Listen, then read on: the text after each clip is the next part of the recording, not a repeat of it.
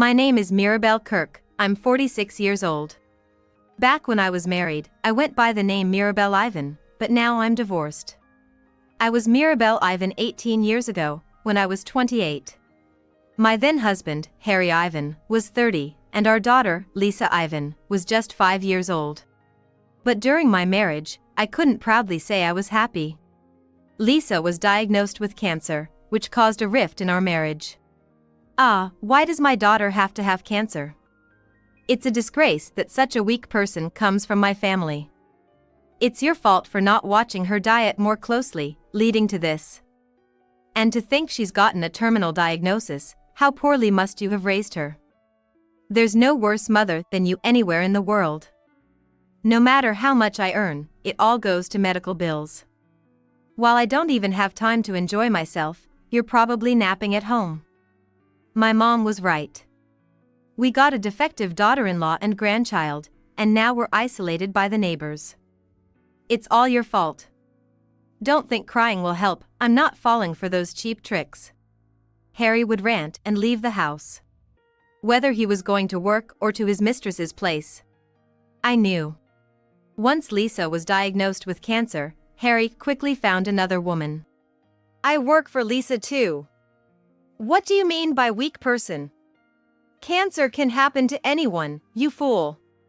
Not only do you lack medical knowledge, but you also lack common sense. Just because you're a bit successful, you always have to make those snide remarks. It's so annoying, what a jerk. Murmuring this, I got ready and headed to the office. That night, I was exhausted from work, but Harry didn't even prepare dinner. He was lounging on the sofa, laughing at the TV. Hey, where have you been? Where's my dinner? Why didn't you prepare it?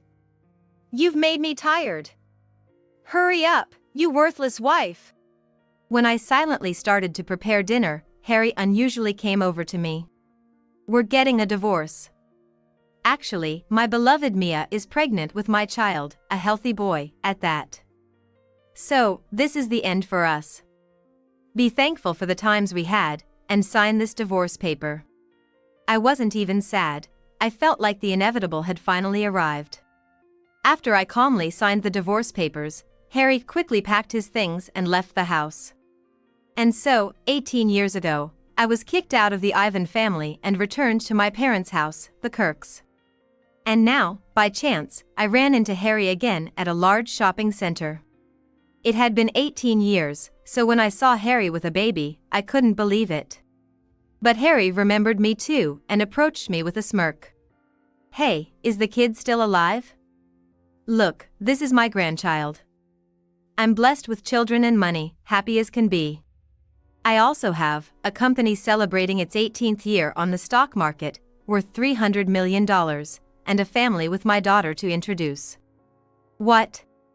Harry was stunned but then smirked immediately. Hey, just because your daughter died, you're lashing out in frustration? It's okay, you know. Your dad's company went bankrupt a long time ago, right? You don't have to put on airs. Or is it because you're too jealous of someone else's happiness, so you say these things out of desperation? I didn't think you were such a low woman. It's fine, you know? I could lend you some money if you need. Did you just slip up because I have this grandchild with me? If you can say sorry now, I might still forgive you. Look at this large shopping center called Alt. If you're affiliated with such a grand facility, I'd kneel down and apologize for the divorce. But, your company couldn't possibly compete with it, the biggest facility in the state, right? Harry started blabbering with a smirk. Without knowing anything about the situation. Alt is the nickname for this large shopping center we're in. As the largest commercial facility in the state, it's a popular spot talked about all over the US. And you? Just shopping with that grandchild of yours? I said it provocatively on purpose. Then, Harry's face darkened. He's still a man weak to cheap provocations, just like before. Yeah, so what? What about that kid, Lisa, from back then? Well, whether she's alive or not, it's none of my business anyway. In the end, you're just that, unlovable, uncharming, and nasty woman. My wife Mia, even now, is a cute and charming woman. The complete opposite of you. And yet, you're so stuck up, truly infuriating, a miserable woman who can't genuinely accept other people's happiness. Look, you can say whatever you want about me, but that baby, what, about 6 months old now? To be able to spew such vitriol when you have a child that age. You never know what kids are picking up on. Maybe it's time you stop demeaning people. It's only going to negatively affect the child, not that you would understand. Besides, I think belittling others is like a hobby for you. Be thankful I didn't demand alimony, given you had a mistress at the time of our divorce. I gave him a defiant smile. It seemed to ignite Harry's anger. What did you say? It's fine, you can claim whatever now. I have this adorable grandchild with me. Well, I kinda get your struggle. Your father's company went bankrupt after your daughter passed away, right? What are you working as now? In a bar? Have you fallen that low? Honestly, I'd be genuinely curious to see a place that would hire an old lady like you. Brainless, charmless, strangely assertive, finding a company that would hire you would be a challenge in itself. Or is it that? Are you living off the government? Well, it's easier for a single person, right? Since you don't have the ability to earn much, anyway. Shall we stop there? I cut off Harry's words and handed him a business card. Sorry for the late introduction, I'm Mirabelle Kirk, the owner of this alt facility. Huh? No way, you're bluffing. 18 years ago, you abandoned me and our sick daughter Lisa in the worst way possible. Well, I was fed up with you anyway, so it was for the best. As you know, my father's company was small and struggling to survive back then. But I supported my father desperately, and I took care of him. My father worked from dawn till dusk, sparing no time for sleep. You didn't know this, but considering Lisa, my father cancelled his life insurance to cover her medical expenses. Sure, my father has passed away, but until the very end, he worried about his granddaughter. You wouldn't understand the hardships of others. Now, by various connections, I own this large commercial facility, Alt. Oh, and your daughter Lisa, whom you consider gone, has fully recovered and is married into a major real estate family herein. Unlike you, my daughter has found a truly good match. Huh? A major real estate family? Lisa married into such a prominent family? Are you dreaming? Are you okay in the head? People don't believe small lies, but do believe the big ones, some cartoonist said, but this is exactly it. It's pitiful, really. I was a fool to think of offering you help. I really ended up with a ridiculous wife. This business card, handed over so proudly, lacks any credibility. Even if I tear it up here, it wouldn't be worth picking up. Thinking back, it's a pitiful fantasy after not seeing you for so long. Are you living such a terrible life? Should I lend you some money? With interest 5 times over, I'll scatter some change here, so pick it up and count every piece. What are you talking about? Yes, my daughter's cancer was indeed in the intermediate stage. But you know, we changed doctors and somehow managed to cure her completely. Do you understand that struggle? Well, right after we split, my father's company experienced significant growth. Ever heard of Dolger? You must have, right? There's no way you, with your love for brand names, wouldn't jump on something new. Dolger. You mean that globally renowned brand? Are you for real? Dolger did indeed appear out of nowhere 18 years ago, but you're related to Dolger and Alt? Do you really think I'd believe such a story, you scammer? Dolger is a brand my father and I worked hard on, risking our company's future. I'm the CEO there now. My father has retired. It started as a small company, with only one physical store in a local area, but thanks to someone's help, we managed it barely. You know this story, don't you? Yeah, I know. The Dolger brand got its big break when a world-famous soprano singer noticed it and posted it as her favorite on social media, right?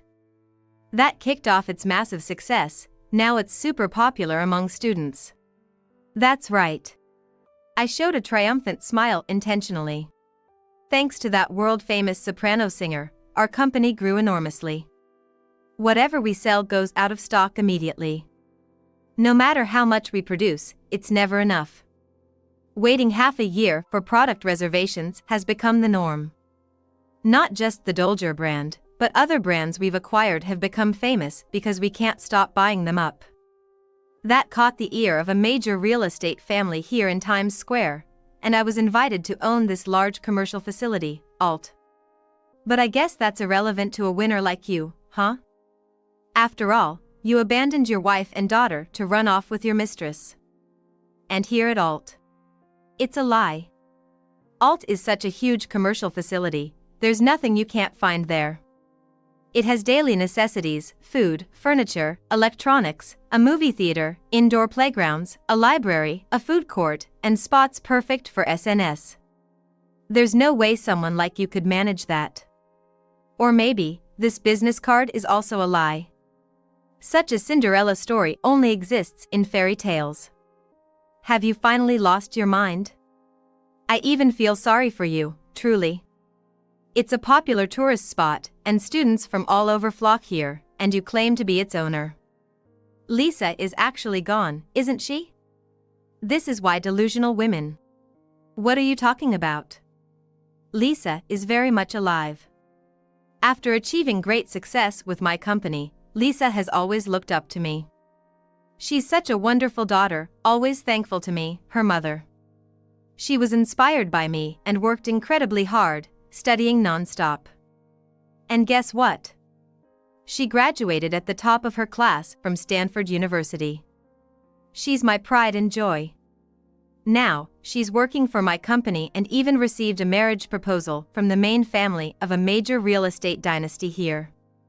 But you probably wouldn't know how hard to get into Stanford, do you? Given that it took forever to graduate from a third-rate college, right? Oh, and just so you know, Lisa is pregnant now. It's a boy, fitting for an heir, though these days it doesn't really matter if it's a boy or a girl. But that's something you'd care about, isn't it? You bastard! Harry shouted loudly, silencing the room instantly. It's a lie. It has to be. Hey, are there no security guards here? There's a con woman over here. Someone, catch her. Suddenly, Harry began shouting as if he had lost his mind. The grandchild Harry was holding started crying. The stares from the surrounding customers were harsh, but that was the least of my concerns at the moment. And then, 3 security guards appeared. Miss Kirk. What seems to be the problem? Seeing one of the guards addressing me, Harry's face turned pale. Ms. Kirk, you say? Security. This woman is a fraudster. She's claiming to be the owner here. If you're going to listen to anyone, it should be me dash. I'm sorry, could you please take this man to the back reception room? It seems he gets too excited and causes a commotion here. Come on, take him away, and I'll come too. Understood. Come on, let's go. Wait! Harry was taken away by security. This commotion is bound to reach my daughter's in-laws eventually. I have no intention of hiding it, so I called my daughter's father-in-law. He's a strict man who hates lies. What will become of Harry, I wonder? After hearing the situation, my daughter's father-in-law said he'd come to the reception room right away. Mirabelle, just wait, did you say Harry Ivan? Really? What? Yes, that's him. Do you know him? I'll be there right away, thanks for letting me know. At this point, even if he were let outside, he'd cause a major disturbance. I'm not about to let anyone tarnish Alt's name. That's why I deliberately decided to have him taken to the reception room. 3 security guards escorted Harry to the back reception room of Alt. For some reason, Harry was reluctant to go to the reception room. Wait! I won't make a scene anymore. I have my grandson with me. Please, just let me go home. I promise I won't cause any more trouble. Please. Harry's grandson began to cry loudly as Harry resisted. Once we managed to get Harry seated on the sofa in the reception room, his face had turned completely pale. Mirabelle. Come on, let me go home. I haven't done anything wrong, and, listen.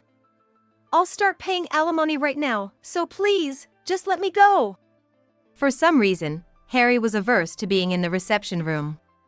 Wondering why he was so reluctant, my daughter entered the reception room first. "Oh, Lisa. You've grown so much, I'm your dad." "Come on, Lisa, tell Mirabelle, tell her to let me dash." "Who are you?" "I was told my father passed away." Lisa looked at Harry, pretending to be her father, with a cold gaze. Unable to withstand her stare, Harry finally quieted down. "Come on, Lisa, help your dad out. My real father is no longer here, you say?" "Oh, so you are my father? The one who abandoned me and Mom when I got cancer to be with his mistress? Well, if you're asking for help, I can help you, the coldest way, straight to jail." What are you saying? I'm your father. Quiet down. Harry continued to shout, but there was no escape from the reception room.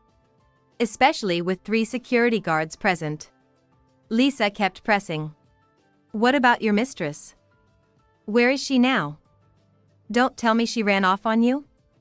And this child you claim is your grandson, is he even related by blood?" "Lisa, what do you mean? I did some digging on this trash man before. Turns out, his mistress Mia had a son, but the father wasn't you. You unknowingly registered the birth and acknowledged the child, only to be abandoned by the mistress with the kid. It's karma for your bad deeds.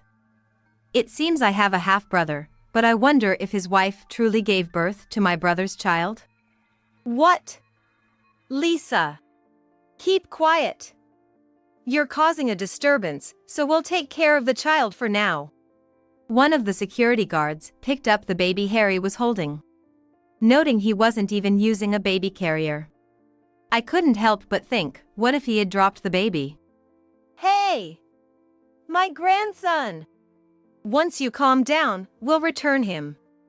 Now, please, calm down. Mom, why did you even bother bringing this loser into the reception room? He's not worth it, and you're the owner of Alt, aren't you supposed to be busy? It's okay, we need to settle things with this man. Lisa, is your father-in-law coming? Did you get in touch? Will he be here soon? He said he's on his way. Should be here any minute. Oh, here he is. Hello, Mirabelle. What's going on? Oh, hi, my ex-husband has been causing a scene in the store, and I couldn't just hide it, so I called you. Are you Harry Ivan by any chance? The atmosphere changed with just one sentence from Lisa's father-in-law. Harry's face turned completely white, as if it were the end of the world for him. I asked Lisa's father-in-law. Do you know this man, sir? Yes, Mirabelle, you called me at just the right time. Actually, this man committed fraud on my property, and I've been looking for him for a long time. Right? Harry Ivan? You haven't forgotten my face, have you? And causing trouble here at Alt as well? How much do you plan to mock people? No, I was planning to pay back the money, and I was working towards that. It's true. Sir, what do you mean? How do you know about this man? Then, the patriarch of the major real estate family in Times Square sat opposite Harry. Mirabelle, are you aware of the Gourmet Hall fraud case? Lisa, maybe you've heard the name? It was a huge fraud case that happened the year before last. Harry Ivan here conned money from vendors and participants, promising a Gourmet Hall festival, then disappeared. And now he dares to step on Alt's land. Quite bold, aren't you? Right? Harry Ivan? This con artist. No. I had the intention to pay back. I was preparing for it. But then this woman, Mirabelle, started interfering. Do you have any idea how much damage the gourmet hall fraud case caused us? Do you understand, you rotten fool? The father-in-law's rebuke was filled with immense power and anger. Even I was taken aback by it. But inside, I was giving him a standing ovation. Well said, I thought. Then, as if to add insult to injury, Lisa appealed to her father-in-law. Father, this man abandoned me and my mom for his mistress, an awful man. All the hardships my mom went through were because of him. And yet, this man hasn't uttered a single word of apology. Lisa, that's... So, you're that much of a scoundrel, Harry? Not only did you cause trouble for us, but you also did such a terrible thing to your own daughter. You're an utterly wicked man, not fit to be called a parent, Harry Ivan? If my ears heard correctly, you promised success if given permission to use the land. It seems all that was a lie, wasn't it? You were so desperate, bowing your head, but was that a lie too? Well, if you get arrested here, it will surely bring some peace to the vendors. Arrest. Wait, please, my grandson is still just a baby. Some of the stores suffered so much damage from your scam that they had to close down, crying shop owners included.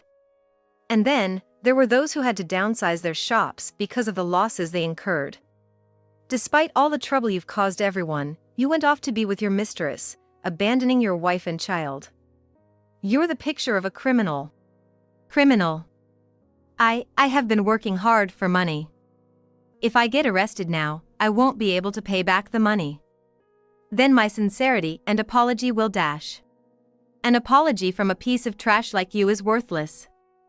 Disappear, you fraudster. Security, please call the police.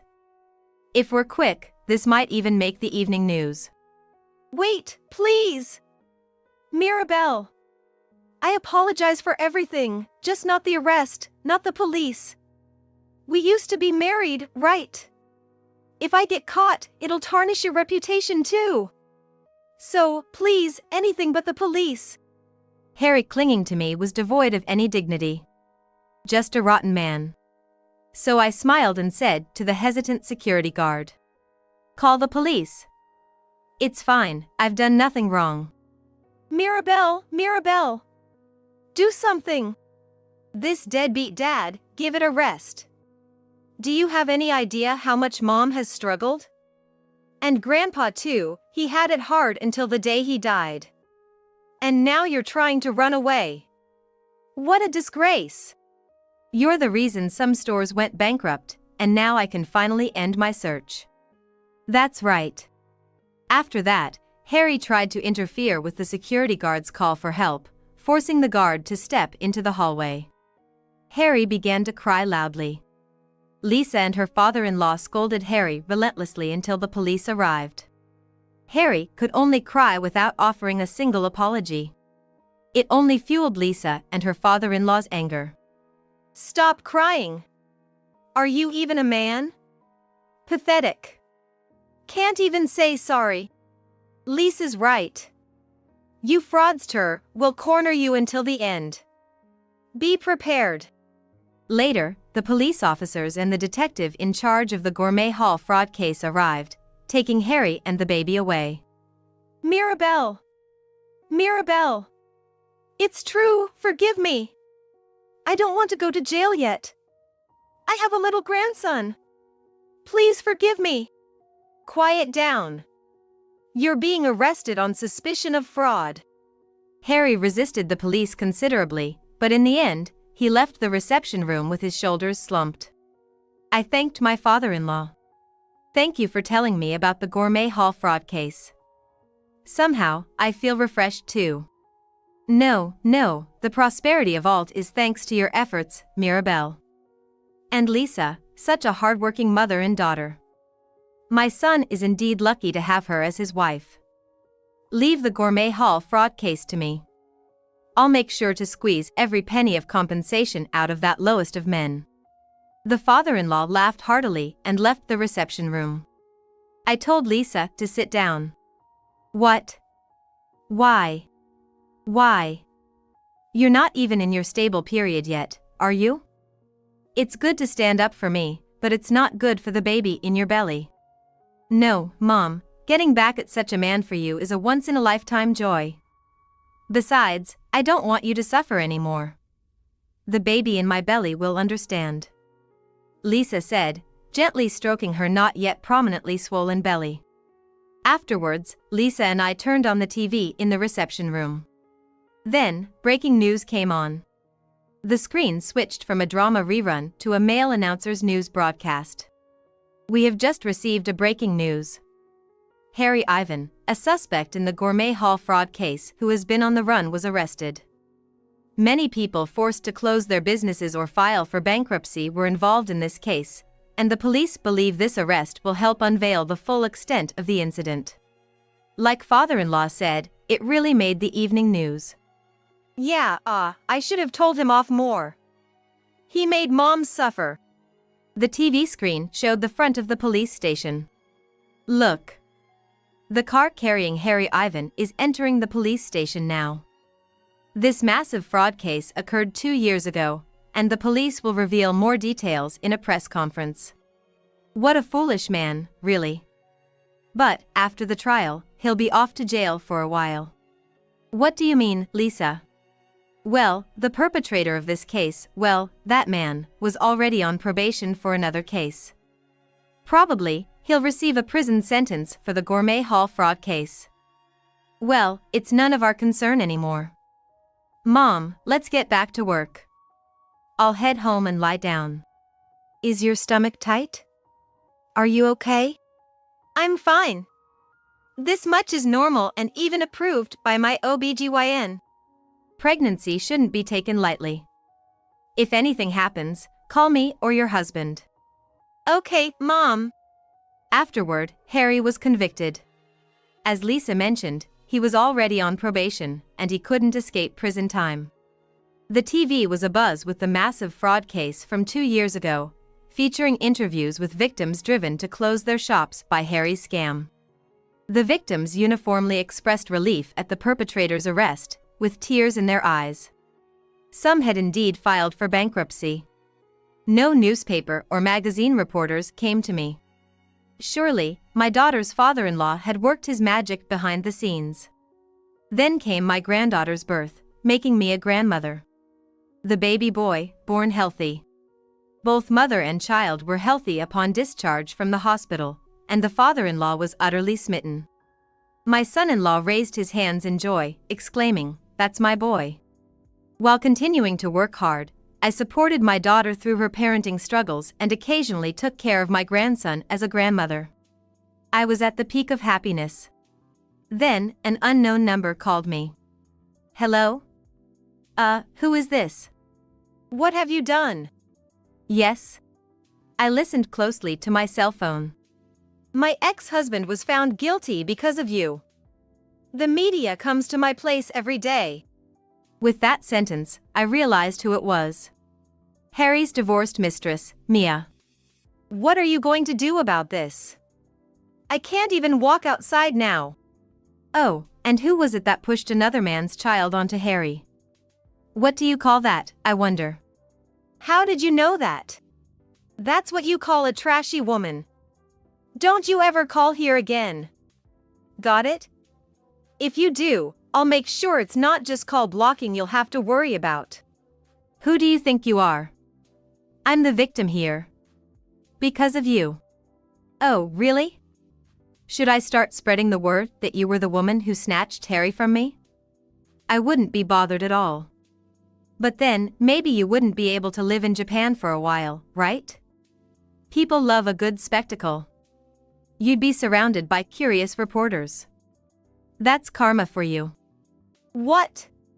Using big words. You should come and apologize to me.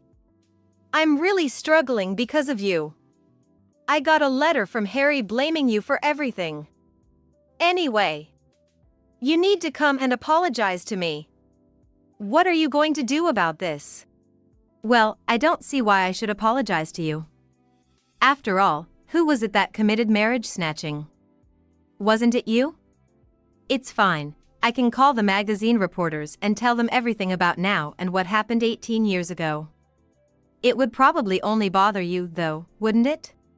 Being sarcastic was incredibly satisfying. After all, it was my chance for revenge, 18 years in the making. The call ended there. Thus, I put an end to the matters of 18 years ago and went back to my work. My daughter is with her grandmother, so don't worry and just focus on your treatment. After an unexpected accident, I was forced into a hospital stay, unable to go pick up my daughter myself. My husband told me not to worry because he had left our daughter with his mother. As soon as I was discharged, I went to my in-laws' house to pick her up. Granddaughter? I don't know what you're talking about. Didn't my son say he would take care of her and took her back? But I definitely left her with you, Mom. Why would you say such a lie? What's going on? You've never taken care of children before. There's no way you could balance work and childcare. Wait, calm down. My husband, who had started to panic, turned pale at the sight of someone who had just returned home and fled in haste. The person who appeared was known to be my husband's nemesis, marking the beginning of his downfall. I married my husband, a co-worker at the same company. 2 years after I joined, a new project started, and both my husband and I were part of it. Our relationship evolved from professional to romantic, and we got married 3 years later. For a while, we both worked, but it was deemed inappropriate for a married couple to be in the same department, so I was transferred to another. I had to abandon the skills I had honed and learn new things from scratch. Just when I was starting to feel comfortable in my new role, I found out I was pregnant and decided to quit my job to become a full-time homemaker. My husband had always said he wanted children soon after getting married. I also wanted to have children in my 20s. However, we didn't actively try for a baby, let the nature take its own course. As we had hoped, I got pregnant and gave birth. We often heard it would be nice to have a girl first, and I was thrilled when our baby was indeed a girl. I felt a growing sense of motherhood, looking forward to raising our child together with my husband. However, my husband was different. Despite his earlier eagerness for children, he showed little interest once our daughter was born. He never participated in childcare, leaving me to raise our daughter alone. The only consolation was that he never got irritated by the baby's night crying. We lived in the same area as my in-laws. I had wanted to live near my parents, but it was inconvenient for commuting, so we reluctantly settled here. Although I had been anxious about my relationship with my in-laws, interacting with them turned out to be easier than expected. Considering the common stories of disputes, I could say my relationship with my in-laws was good. My mother-in-law was a very straightforward person, the type to speak her mind almost immediately. Because she often spoke without considering how her words would be received or felt, I sometimes found myself puzzled by the meaning behind her words. My father-in-law was a man whose motto seemed to be purity and righteousness. He always tried to act considering others' positions and despised anyone who acted against his beliefs. However, when it came to my daughter, he would completely soften up. He wasn't just indulgent, he was a person full of humanity who would educate her while praising her to the skies whenever she did something good as a person. Yet, my husband seemed to view his father with fear, maintaining distance and preferring to avoid any interaction if possible. As my daughter turned 2, my husband's job became busier. Due to a transfer to another department. Using his busyness as an excuse, he became even more distant from our daughter. At 2 years old, she was curious about everything, and if you took your eyes off her for a moment, you couldn't be sure what she would get into. I wasn't asking my husband to spend hours on end with our daughter. I just wanted him to keep her company while I cooked or during the brief times I bathed. However, my husband insisted that as the family's breadwinner, he needed his rest and wouldn't listen. Having my husband lounging around at home only increased my workload, leaving me exhausted from taking care of both our daughter and him. I looked forward to our daughter's growth, thinking it would be exciting to see what comes next, which kept me going. But with my husband, there was no growth to anticipate, and the lack of any expectations only made my tiredness accumulate. Amidst all this, my husband's affair came to light. The trigger was lipstick on his dress shirt. Knowing he commuted on crowded trains, it wouldn't have been strange if the lipstick came from there. If he had used that as an excuse, I probably would have let it slide without suspecting an affair, thinking, it can't be helped. However, he acted suspiciously just from my asking, "What's this lipstick from?" His expression immediately became strained, his eyes darted around, and he could only open and close his mouth without saying anything meaningful. "I can't believe I'm asking this, but are you cheating?" "No, it was just a moment of folly. Someone from a company I work with took me to a club. And then," he said he got drunk at a high-end club and, next thing he knew, he spent the night in a hotel room with a woman who works there. While I understand that it's her job to be nice to customers like my husband to some extent, sharing a bed and developing a romantic relationship indicates it might have been serious beyond work. My husband, albeit regretful and shrinking in guilt, apologized, so I decided to forgive him this one time, setting conditions. I thought about how, being a stay-at-home mom with a young daughter, divorcing would only make things harder for her. But if something like this happens again, we're getting a divorce. And I'll demand twice the amount in alimony, including for this time. Understood. I'll take it to heart. I won't betray you ever again. My husband, perhaps wanting to mend things further, started showering our daughter, who he had previously shown little interest in, with smiles and suggested they play together. It seemed forced and silly to me, but I went along with it, hoping this might encourage him to spend more time with her. "Look at that, sweetie. Daddy wants to play with you." My daughter was initially surprised, but soon climbed onto his lap, begging him to read her a picture book. I was momentarily moved by this scene I had longed to see, only for him to get up a few minutes later, claiming he needed to run to the convenience store, and left without looking back. After that, I never saw him interact with our daughter again. In the end, my husband had no interest in our child, and I was left to single-handedly manage the childcare. Days turned into a routine where my husband was always too busy with work, and his time at home was minimal. As for the affair, I decided not to dwell on suspicions. If he said he was working, I chose to believe him, thinking any lies would eventually come out. Especially since I kept in touch with some colleagues from before I quit my job. My husband knew this, so I figured he wouldn't dare lie about something that could easily be uncovered. Then, one day, I had an unavoidable appointment and couldn't take my daughter with me. I decided to use drop-in daycare, despite the offers from my in-laws to help without hesitation. I feared becoming too reliant on them. I wished my husband would participate more in parenting so I could feel more comfortable asking his parents for help. As I left my daughter at the daycare, she started fussing, not wanting to be apart from me.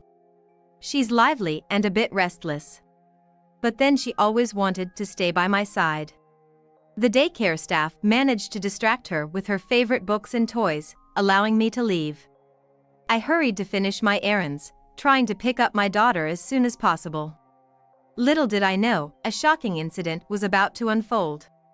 Just as I heard someone behind me yell, "Watch out," my consciousness abruptly cut off. The next thing I knew, I was lying in a hospital bed. A runaway car had crashed into the building I was in, causing a major accident that involved several employees and customers. I had become one of the injured customers. That's what the nurse explained to me when I regained consciousness. My first thought after understanding my situation was of my daughter. The nurse told me all my belongings were collected and stored in a cupboard. I tried to get up to fetch my phone from my purse, but the mere act of sitting up sent intense pain throughout my body. I asked the nurse to get my phone for me, and I contacted my husband. Thinking it would be bad to call him during work, I sent an email instead, but I was restless until he replied. His response came somewhat late, just a single word, "No problem." The brevity and lack of warmth in his reply only heightened my anxiety. Not just about my daughter. He didn't ask about the accident or how I was injured at all. I later found out it was quite a major accident, significant enough to make the news. The driver was a young person doing something dangerous, and even though I was just in the wrong place at the wrong time, the police came to question me at the hospital. I thought about sneaking out to check on my daughter, but I couldn't even get out of bed on my own. My husband came just once for my admission paperwork and to bring me a change of clothes, but hasn't visited since.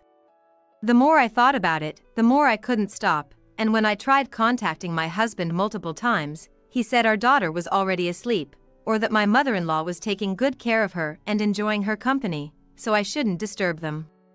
When I asked if we could talk on the phone because I wanted to discuss something with him, he refused, saying he was tired from juggling work and unfamiliar childcare tasks, and that phone calls would break his concentration. However, he did reply to about 20% of the emails I sent, albeit in very short and terse responses. If I sent a series of long emails, he'd snap at me to make my messages clearer and shorter, saying he didn't have time to read emails and not to send unnecessary ones. Afterward, my doctor said he wanted to talk with me and a family member together. I asked my husband to come, but he rebuffed me, saying he should prioritize childcare and that I could handle it alone. By this time, I had become unable to say anything to my husband, who used inexperienced childcare as an excuse for everything. I felt guilty for making him take care of our daughter because I was injured. Eventually, I recovered enough that my doctor said I could be discharged after the next checkup if there were no problems. My husband had only brought me a change of clothes once, so I had been rotating through those, meaning I had minimal luggage when leaving the hospital. For anything I lacked, I used the hospital's rentals. I took the taxi to the store near our house. Then I spotted my husband, who was supposed to be at work, walking in being affectionate with a young woman. This young woman was his affair partner, the same one who had left lipstick on his dress shirt before. It seemed absurd to hide and pretend I hadn't seen them. Approaching my husband as if it were the most natural thing in the world, I asked, "What are you doing here? And who might this be?" Even though I knew she was the affair partner, I pretended not to know. "I'm here for work." "This person is someone from work." His voice was clearly nervous. Without pointing that out, I briefly nodded at the woman and asked my husband about our daughter. He made a strained excuse, saying everything was fine and that he had put our daughter in daycare for the day. Normally, one would say they use daycare while working, implying it was a regular arrangement. But my husband specifically said, "today." That made me wonder about all the other days. Holding back my urge to confront him, I pretended to have heard from my mother-in-law. I was mistaken. "She's with my mom." He brazenly reassured me everything was fine. Meanwhile, the affair partner seemed confused, tugging at my husband's arm, trying to understand what was going on. However, the inclusion of words like mother-in-law and daughter in our conversation made it clear to the affair partner that my husband was married. She became assertive after initially pulling at my husband's arm hesitantly. Her first words were, "You lied to me." Summarizing their argument, it appeared my husband had pretended to be unmarried while dating this woman. Shockingly, he had not only dated her but had also promised marriage. He had even met her parents, scouted wedding venues, and behaved like an engaged couple, despite being a married man. "Give me back the time I spent dating you." "Don't say that. You had a good time, didn't you?" "What? If I knew you were married, I wouldn't have given you the time of day." They met by chance, sitting next to each other at a shot bar counter. The woman had just broken up with her boyfriend and was vulnerable. My husband took advantage of her weakened state to start the affair. The more I heard, the more the woman seemed like another victim. I suggested we exchange contact information, and she eagerly agreed, handing me her business card before leaving with tears in her eyes. I couldn't help but maliciously ask my husband, "Aren't you going to chase after her?" Should I chase after her in situations like this?" "Huh? I have no idea." Although I was being spiteful because I wanted to know if I was truly the one he cared about, I didn't expect him to respond with a question. Both the other woman and I had to wonder what we ever saw in him. I was filled with a desire to question my past self for agreeing to marry him. After that, my husband and I went home in silence. I wasn't foolish enough to make a scene with a marital dispute in public. But that didn't mean I had forgiven him or that my anger had subsided. Taking advantage of the situation, my husband began making self-serving statements. I'm not in the wrong. I was keeping our promise, but that woman kept following me. She said she'd die if I didn't date her. You remembered our promise, then? So, this will be quick. If you cheat again, we're immediately getting a divorce, and the alimony will be double, including the amount from last time. Suddenly, my husband started to panic, claiming it was just a moment of weakness. He apologized profusely, saying he was just lonely while I was in the hospital, but when you think about it calmly, he was blaming me. If he was lonely without me, he could have brought our daughter to visit. I realized discussing this just between the two of us wouldn't get us anywhere, so I suggested we go to his parents' house to have a conversation with his parents as mediators. Partly because I wanted to pick up our daughter as soon as possible. Upon arriving at my in-laws, my mother-in-law greeted us. It seems like our granddaughter has been quite the burden on you. Thank you. So, where is she? Granddaughter? I haven't seen her in a month. What are you talking about? My husband then started to panic even more, sweating profusely. Don't joke around, Mom. I left her here before I went on a trip a month ago, remember? I said I'd need you to look after her for a month. Are you losing it? Don't you dare accuse your mother of dementia, you foolish son. So, you were supposed to be focusing on work and childcare this past month, right? What have you done with our precious daughter? I questioned my husband with uncanny vigor.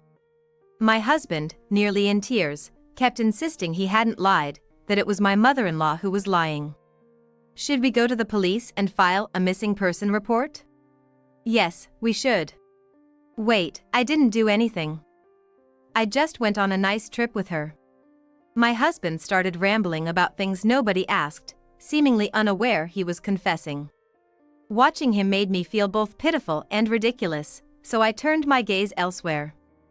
That's when I saw the person I'd been longing to see outside the window and waved. As that person came closer, another figure became apparent. It was my father-in-law. He had sensed there might be trouble at home today and had taken our daughter out to keep her away from it. Seeing me for the first time in a month, my daughter eagerly walked towards me. She seemed to have been bought princess-like clothes by her father-in-law, and her gestures seemed somewhat precocious, as if she, too, was in a princess-like mood. Upon entering the room and seeing my husband, my father-in-law's demeanor instantly shifted to one filled with an intense aura. However, for my daughter's sake, he quickly reverted to his usual calm expression and handed her over to my mother-in-law. It seemed he was well aware of the storm that was about to unfold.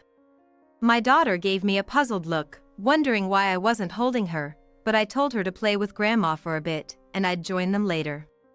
My mother-in-law then took over, starting to praise the dress my daughter was wearing. Pleased, my daughter's interest quickly shifted to her new outfit, and she moved to another room with my mother-in-law. Once they were out of sight, my father-in-law's expression turned serious again. My husband, noticing his father's glare, trembled with fear. Then, for some reason, he suddenly dashed out of the room and ran out of the house barefoot, clearly trying to escape. However, he was quickly caught by my father-in-law. Despite his age, he moved with surprising agility. I recalled hearing he had been involved in sports when he was younger, though I believe it was a sport where being fast wasn't necessarily the focus. You might wonder how it came to be that my in-laws and I were so in sync. The turning point was a call of rebuke from my mother-in-law about 3 weeks into my hospital stay. She chided me for leaving our daughter with her grandparents for 3 weeks, questioning my responsibilities as a mother. I was taken aback, having thought my husband had explained the situation to her. Panicking, I asked if she hadn't heard the circumstances from my husband. My son told me, "You are playing around and neglecting your child. He has decided to go on a sudden business trip and is not sure what to do with his grandchildren. I hear that you would like me to take care of your granddaughter if possible?" I was astonished to find out my husband had been lying so blatantly. I quickly explained to my mother-in-law what my husband had told me and the actual situation I was in. She was speechless for a moment, but then immediately apologized for misunderstanding and making such a terrible assumption without knowing the full story. Once our misunderstanding was cleared, the question remained, what was my husband actually doing behind my back? I told her I had a hunch and needed some time to confirm it before ending our call. Immediately afterward, I reached out to a former coworker. Though we were just teammates, this person had joined the company the same year as my husband. I still often consult with a woman who was like a big sister to everyone, even after she had left the job. While she hesitated to share due to privacy concerns, she sensed something was wrong and told me about my husband's schedule. According to her, he hadn't gone on a business trip but had taken a long vacation for a family trip instead. It seems he had been complaining to everyone that it was all my fault he had to suddenly take a long holiday. As a result, I ended up getting scolded by her. I won't ask for the reasons, but you worked at this company too, so you know how busy this period is, right? I'm not saying you can't go on a family trip, but couldn't you have just shifted the season a bit? Dealing with childcare and recovering from my injury, it seems my memory of my working days had faded. After she pointed it out, I checked the calendar and remembered that it indeed was a very busy period. My husband, being directly involved, should have known how inconvenient his long vacation would be for everyone else. So, why did he insist on going? I couldn't stop complaining to my former coworker over the phone, but I also wanted her to understand my side of the story. After hearing my explanation, she was so shocked that there was a moment of silence. She spoke again very solemnly, asking me to stay on the line while she checked something. A few minutes later, she told me she had found a reservation for two made right after I was admitted to the hospital. Right after you got admitted, he booked a trip for two. That means he knew about your hospitalization and didn't rush to your side but went on to book a trip. That's outrageous. My former coworker can be quite intimidating when angry. After spewing a lot of foul language belittling my husband, she told me that she would always be there to help. The next day, my doctor told me I could be discharged by the weekend if there were no problems in the next checkup. I relayed this to my mother-in-law, and we devised a plan to catch my husband red-handed. As per the doctor's declaration, my discharge was scheduled for the weekend, but I told my husband it would be the following week. It made him believe he had more time to enjoy his affair, which led to him being caught at the station. If he had attended the medical briefing with me, he would have known that the discharge date could be moved up. Don't run, you coward. If you have nothing to hide, there's no need to run, right? This is different. It's a knee-jerk reaction. Don't make excuses, liar. I don't want to believe anything you say. I thought you had changed and believed in not ending our relationship, yet you continued to cheat. I brought up the conditionally granted forgiveness from before and stated that it was time to enforce that promise. Immediate divorce, alimony doubled. I said it was non-negotiable. My husband blamed the woman for being clingy after the breakup, or threatening not to break up unless he took her on a trip, putting all the blame for his continued affair on the other woman. However, after being yelled at by my father-in-law to get his act together, my husband shrank away and became silent, unable to retort. The plan to discipline my husband worked better than I expected. Because my husband was more foolish than I imagined. His lies were exposed in broad daylight, and the impact spread far beyond what I anticipated. First, regarding my husband's affair partner, after exchanging several messages to verify my husband's claims. She provided evidence like photos taken with her family, pamphlets from wedding venue scouting, business cards from the staff who assisted them, and even details about trying on wedding dresses and viewing engagement rings. The more I heard, the more I saw her not as merely another woman involved in an affair but as another victim of my husband, just like me. I shared with her the lies my husband had told me, providing her with information.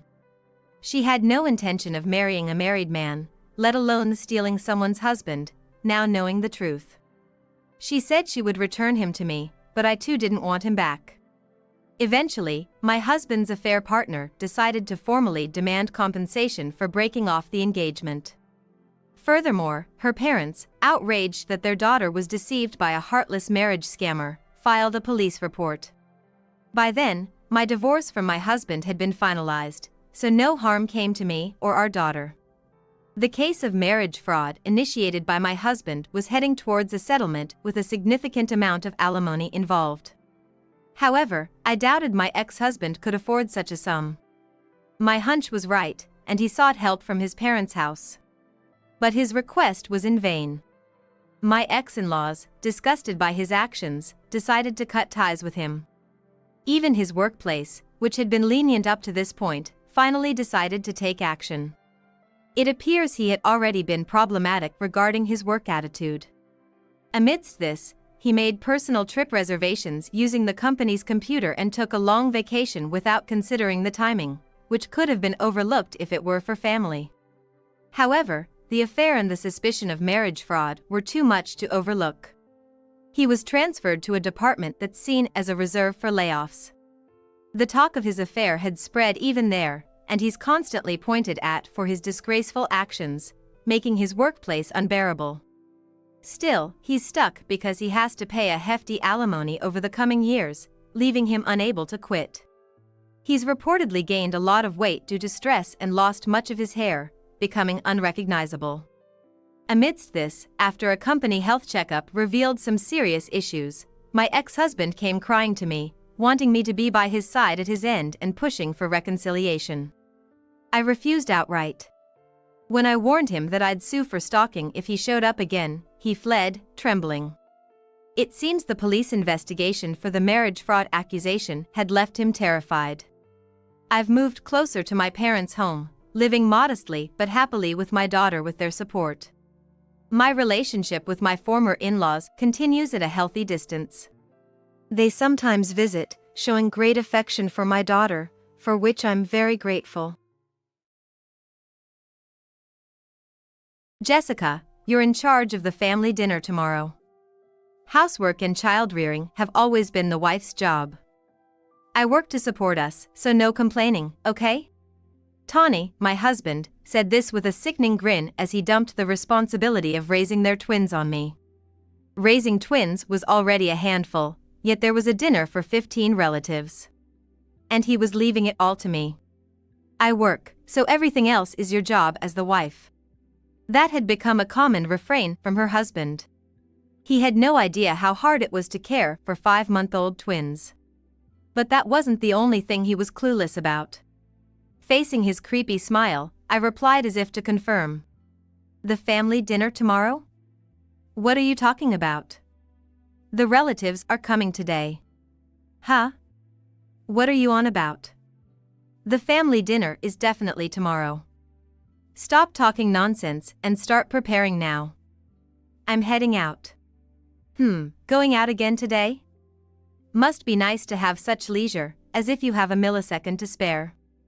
Right after, I felt a violent shock that made her whole body tremble and fell to the floor. He had kicked her in the stomach. Her phone also dropped to the floor with a thud, and as she scrambled to pick it up, her husband, looking demonic, blocked her way. Hey, what are you thinking, kicking me all of a sudden? It's lucky the baby wasn't close by, but think a little more, will you? It's your fault, Jessica. You talked back to me. You should just be grateful and listen to me. I'll say it again, stop spouting nonsense and get ready for the dinner. Despite the shock of being kicked and the exhaustion from sleepless nights of childcare, her resolve was clear. I had to make this man regret it for life. Besides, he told her to prepare, but she had already done so. He would be the one receiving the ultimate hospitality. Just watch. I would make him understand, thoroughly. As I thought this, he headed towards the front door, but just then, the doorbell rang perfectly on cue. With an annoyed expression, he answered the intercom, which quickly turned to surprise. Because there, on the screen, were his in-laws and relatives. Just as I had said, the relatives had arrived today. Sensing something was happening behind his back, he turned to me and threw a sharp glance. When I remained silent, not reacting to his stare, he muttered, "The family dinner is supposed to be tomorrow," and slowly opened the door, only to be met with an even bigger surprise. Behind his parents-in-law stood all 15 relatives, their faces red with anger. There were relatives who hadn't planned on attending the dinner, so his confusion only grew. What's going on, everyone? Isn't the dinner tomorrow? Why the angry faces? Did something happen? Did something happen, you say? I see, you haven't heard anything yet. Haven't heard what? Anyway, I'm about to leave, so if there's something, talk to Jessica about it. No, you're not going anywhere. Let's continue this inside. Ignoring his words, the relatives started entering the house one after another. He seemed unable to confront his relatives, watching them with a flustered look, but eventually, he sighed, closed the door, and returned inside. He still couldn't grasp the situation, but he seemed to sense the ominous atmosphere, showing a scared expression that he normally never would. Is everyone ready? Then, let's begin. Tawny, sit down in front of us. What? Sit down? Why? Like I said, I have things to do after this. Just sit down, now. Hurry up. He didn't understand at all, but Tawny, unable to stand up to his in-laws, begrudgingly sat down while muttering complaints. At the same time, all 15 relatives formed a circle around him, creating a sense of no escape, and his expression darkened further. Having confirmed his expression, I, along with the in-laws and relatives, focused our gaze on him as we exchanged nods.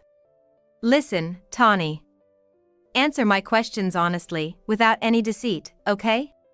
Why the sudden visit and all these questions? You're scaring me.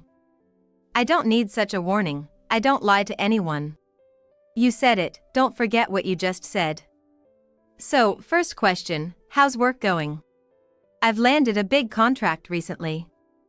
I'm being recognized at the office. I see, second question then. How are the twins doing? No problems at all. They're growing up well. I see. Now the last question. How is your marriage with Jessica? No issues there either. Jessica safely delivered the twins and is perfect with housework and childcare. She's a good wife, supporting her husband. The moment he finished speaking, he looked around and noticed something was off. This Q&A had made the relatives' faces even more stern, glaring at him with icy stares. Tawny, I want to confirm one more time. Did you answer my questions truthfully? Yes, I haven't lied at all. What's this about?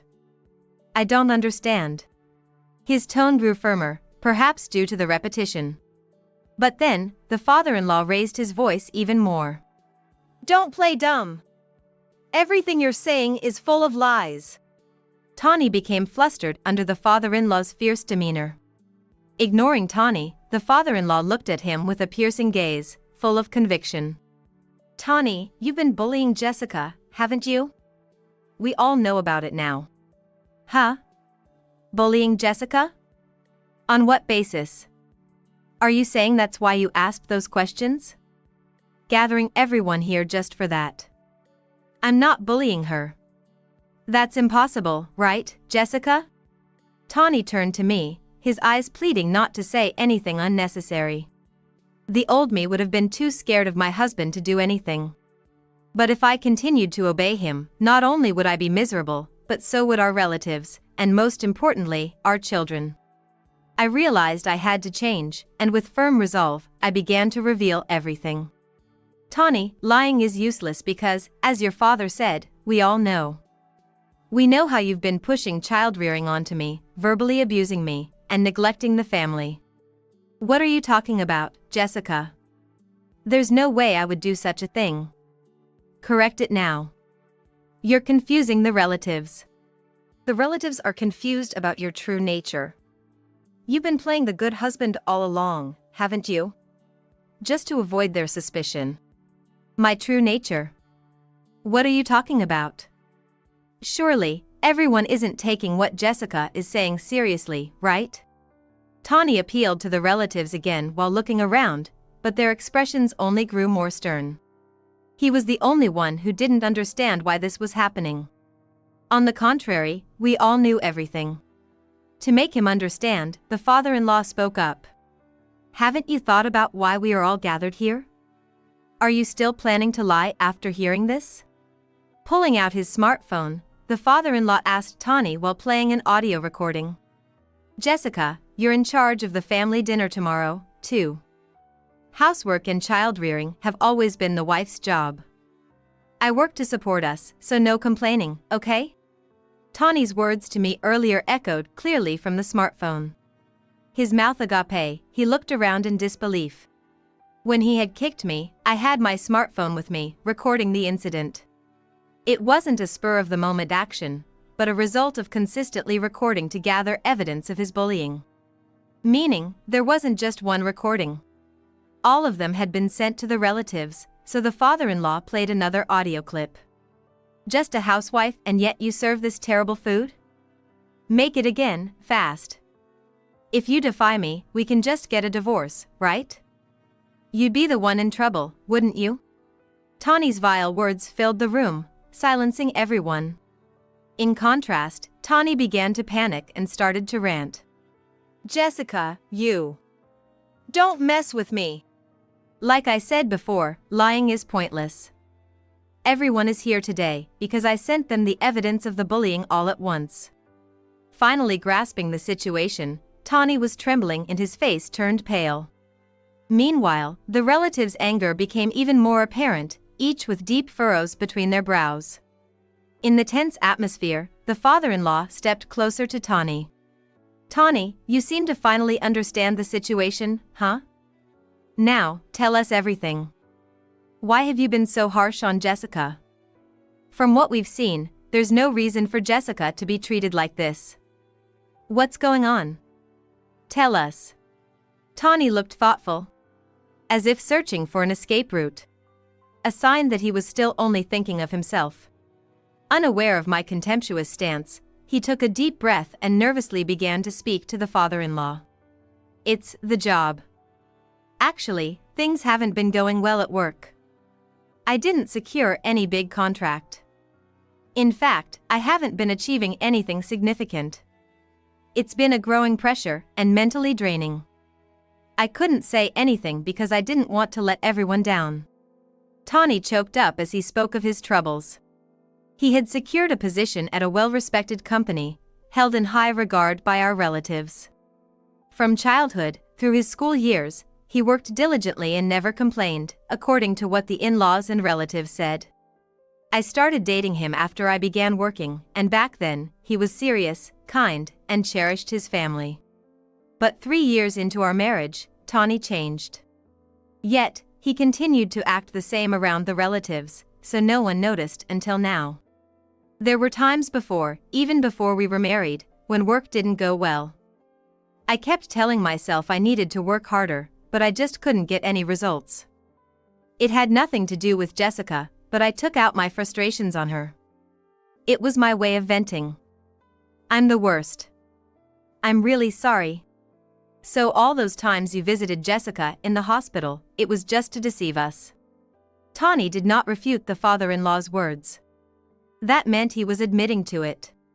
His visits were just to play the good husband, probably not caring about me or our children at all. When I gave him a look of disdain, Tawny sheepishly looked down and then started apologizing profusely, bowing deeply to the floor. Jessica, forgive me. I'll change my ways right this moment. I'll be reborn. Can you give me another chance? Tawny's face was earnest, filled with true remorse and a desire to make amends. But in the next moment, I couldn't help but laugh. The relatives around us were all appalled, some sighing deeply, others shaking their heads or making gestures of disbelief. If they had known nothing, maybe someone would have forgiven him. But that was only if they knew nothing. Tawny noticed the odd reactions and was puzzled, not understanding why I was laughing or why everyone was so appalled, furrowing his brow in confusion. That's when I decided to give him the answer, an important one for my revenge. The thing is, I didn't just send evidence of the bullying to our relatives. Look at this, I sent this to everyone as well. Showing the smartphone screen to Tawny, his face drained of color as fast as the sound could escape. On the screen was a photo of a smitten Tawny with a young, beautiful woman. Jessica, what is this? When did you? And you sent it to all the relatives. Really? Yes, really. Along with the evidence of your bullying, I also sent photos of your affair. She's quite a beautiful nurse, isn't she?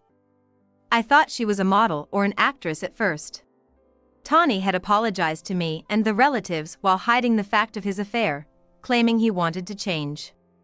I laughed at the pathetic nature of such a man. The relatives, aware of the situation, were naturally appalled. You intended to keep denying it if we said nothing, didn't you?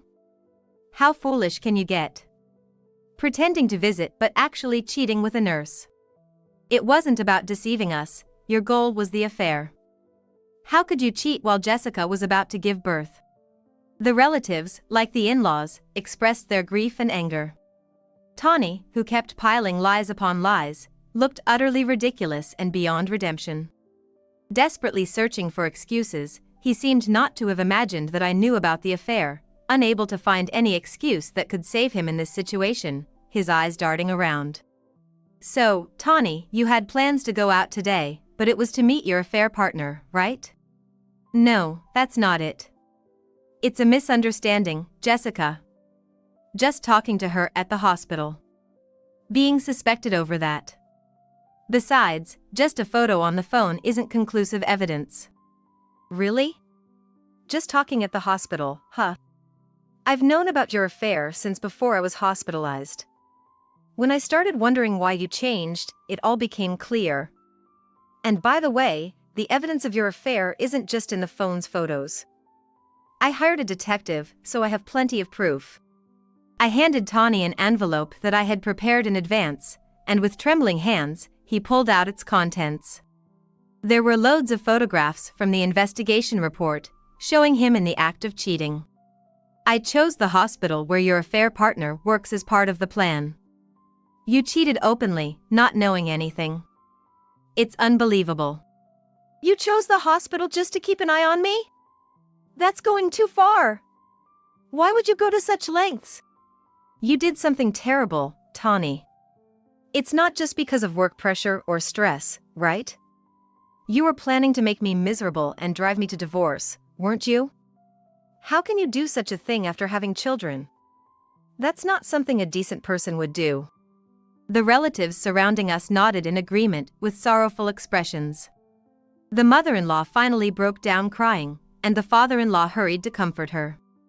Even Tawny seemed shaken by his mother's tears, visibly panicked.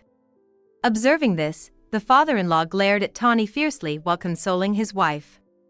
The only path left for Tawny was to tell the truth, apologize, and take responsibility. Yet, even here, he was only thinking of himself. I admit to the affair. But it was just a moment of weakness. It's normal for a man to have an affair once or twice, right? You all understand, don't you? The only person I truly love is Jessica, understand? In a desperate attempt to douse the fire, Tawny was essentially tightening the noose around his own neck. Such foolishness. But I also regret not realizing his true nature sooner and continuing our marriage. I was wrong to only see the surface-level image of him. However, the most important consideration should be the children. They might need a father, but the man in front of me cannot be that father. What I can't forgive the most is how you neglected the children. I want Tawny to live with regret and reflection for the rest of his life. That's my wish. Along with the divorce, I'll be seeking alimony and child support, and I will report everything about Tawny to his company. Tawny, we wanted to believe in you. But in the end, you piled up lies and excuses. Do you think it's okay to do anything as long as you're fine? We are profoundly disappointed. Never cross our doorstep again. Don't even think about running away anymore. We are all watching you, Tawny. At that moment, Tawny froze as if time had stopped for him. He might have imagined the divorce, alimony, child support, and the report to his company, but being disowned by the relatives was probably beyond his expectation. He thought the relatives would always be his allies. That belief was his last fortress, the reason he continued to play the good husband. He thought he could manipulate me with excuses and lies as long as he had the relatives on his side. However, the one true thing Tawny always had was his desire to meet the relatives' expectations. Just as they gathered today for me, the in-laws and relatives are kind people who act for others. Tawny, having grown up with them, should understand this better than anyone. His efforts to live up to their expectations were genuine. But that's why I wished he hadn't betrayed them like this. It's too late for amends, but still, Tawny needs to reflect and regret. Disowned even by the in-laws, he finally became subdued. His chattering teeth and trembling figure were probably signs that he finally understood the gravity of the situation. Wait, Jessica, we're still married, right? I was wrong, so please reconsider the divorce. Dad, Mom, please don't disown me. We're family, aren't we? Parents are supposed to care about their children, right? Parents are supposed to care about their children, huh? Tawny, ask yourself. Who neglected their newborn children? Don't use your family as a convenient excuse. You also said this to Jessica, right? That housework and child-rearing are the wife's job, and since you provide, she shouldn't complain. Can you call that a marriage? You need time to face yourself. Otherwise, you won't be able to lead a decent life from now on. Tawny fell silent with a grimace, looking around with pleading eyes, but everyone present could not forgive or accept his foolish actions. Their gazes were cold and filled with sorrow, yet there seemed to be a hint of kindness, as if they wished Tawny would realize his mistakes. I shouldn't have had an affair. I should have cherished Jessica more, the family more. What have I done? After witnessing Tawny's words of regret, one by one, the relatives began to leave. Tawny weakly reached out, but no one took his hand, and even the in-laws left the house. I told Tawny I was going back to my parents' house with the twins and headed for the door, leaving him behind. Left alone, Tawny could only mutter words of apology to no one in particular. Afterward, I proceeded with the divorce through a lawyer, seeking as much alimony and child support as possible, determined to ensure payment. Although adultery is a private matter and he wasn't fired from his job, the rumors quickly spread within the company, and my ex-husband, mentally shattered, ended up leaving. However, he still needed to pay alimony and child support, so he reluctantly turned to his affair partner. But then, something unexpected happened to him again. In a desperate state, my ex-husband called me. Jessica, do you know anything? I can't reach Remy, my affair partner. Oh, Remy?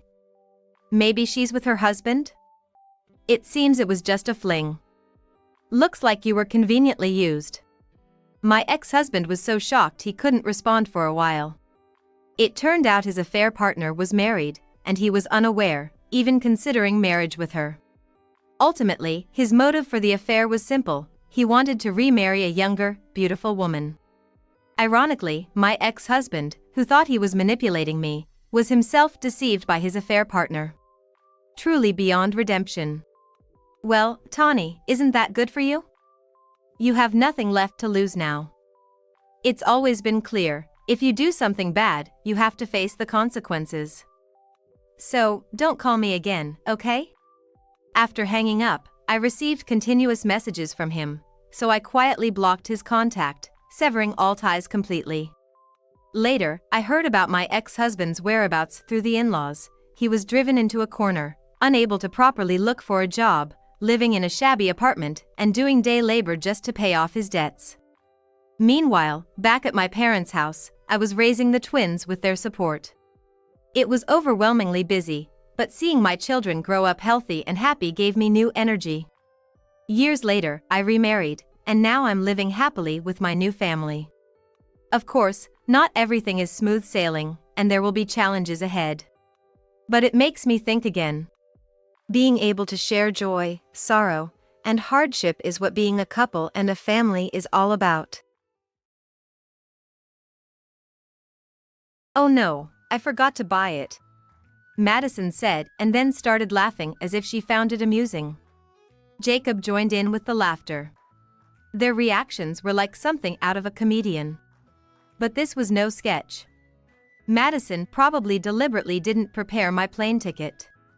It's clear from her usual behavior. She seems to find me, her mother-in-law, a bother. So, she probably didn't want to take me on the family trip. On the morning of the trip, in the middle of the travel season, it was going to be tough to secure a plane ticket now. So, that's her excuse for leaving me behind. Well, it can't be helped. If that's what Madison wants, I'll back down. But this petty meanness of hers might have repercussions down the line. They might regret it, but it's her doing. She'll have to take responsibility as an adult. My name is Grace Brown. I'm 52 years old. I lost my husband 2 years ago and now live with my son and his wife. Jacob, my son, is hardworking and got a job at a major company after graduating from a prestigious university. Then he met Madison, got married, and they had a son, Tom. It's a picture-perfect life. However, I'm not part of my son's life plan. My daughter-in-law, Madison, blatantly treats me as a nuisance, and Jacob just goes along with whatever she says. You should work too. As soon as she enters the room, Madison says this with her arms crossed. Can't you at least earn your own living expenses and help support the family? But, with Jacob's income, I don't really need to work. Jacob is still young, at 29, but he's already seen as a promising employee. His income is stable. However, Madison completely dismisses my argument. Don't you think it's shameful to rely entirely on your son's income for food, clothing, and the house you live in? Is that really necessary to say? It's the truth. She says with a cold voice. We can barely afford just Tom's extracurricular activities. It sounds like she's making a reasonable argument. But I know the truth. Madison splurges on designer bags and cosmetics, straining our finances. All right, I understand. Realizing that arguing was futile, I contacted an old acquaintance that day to ask for a job.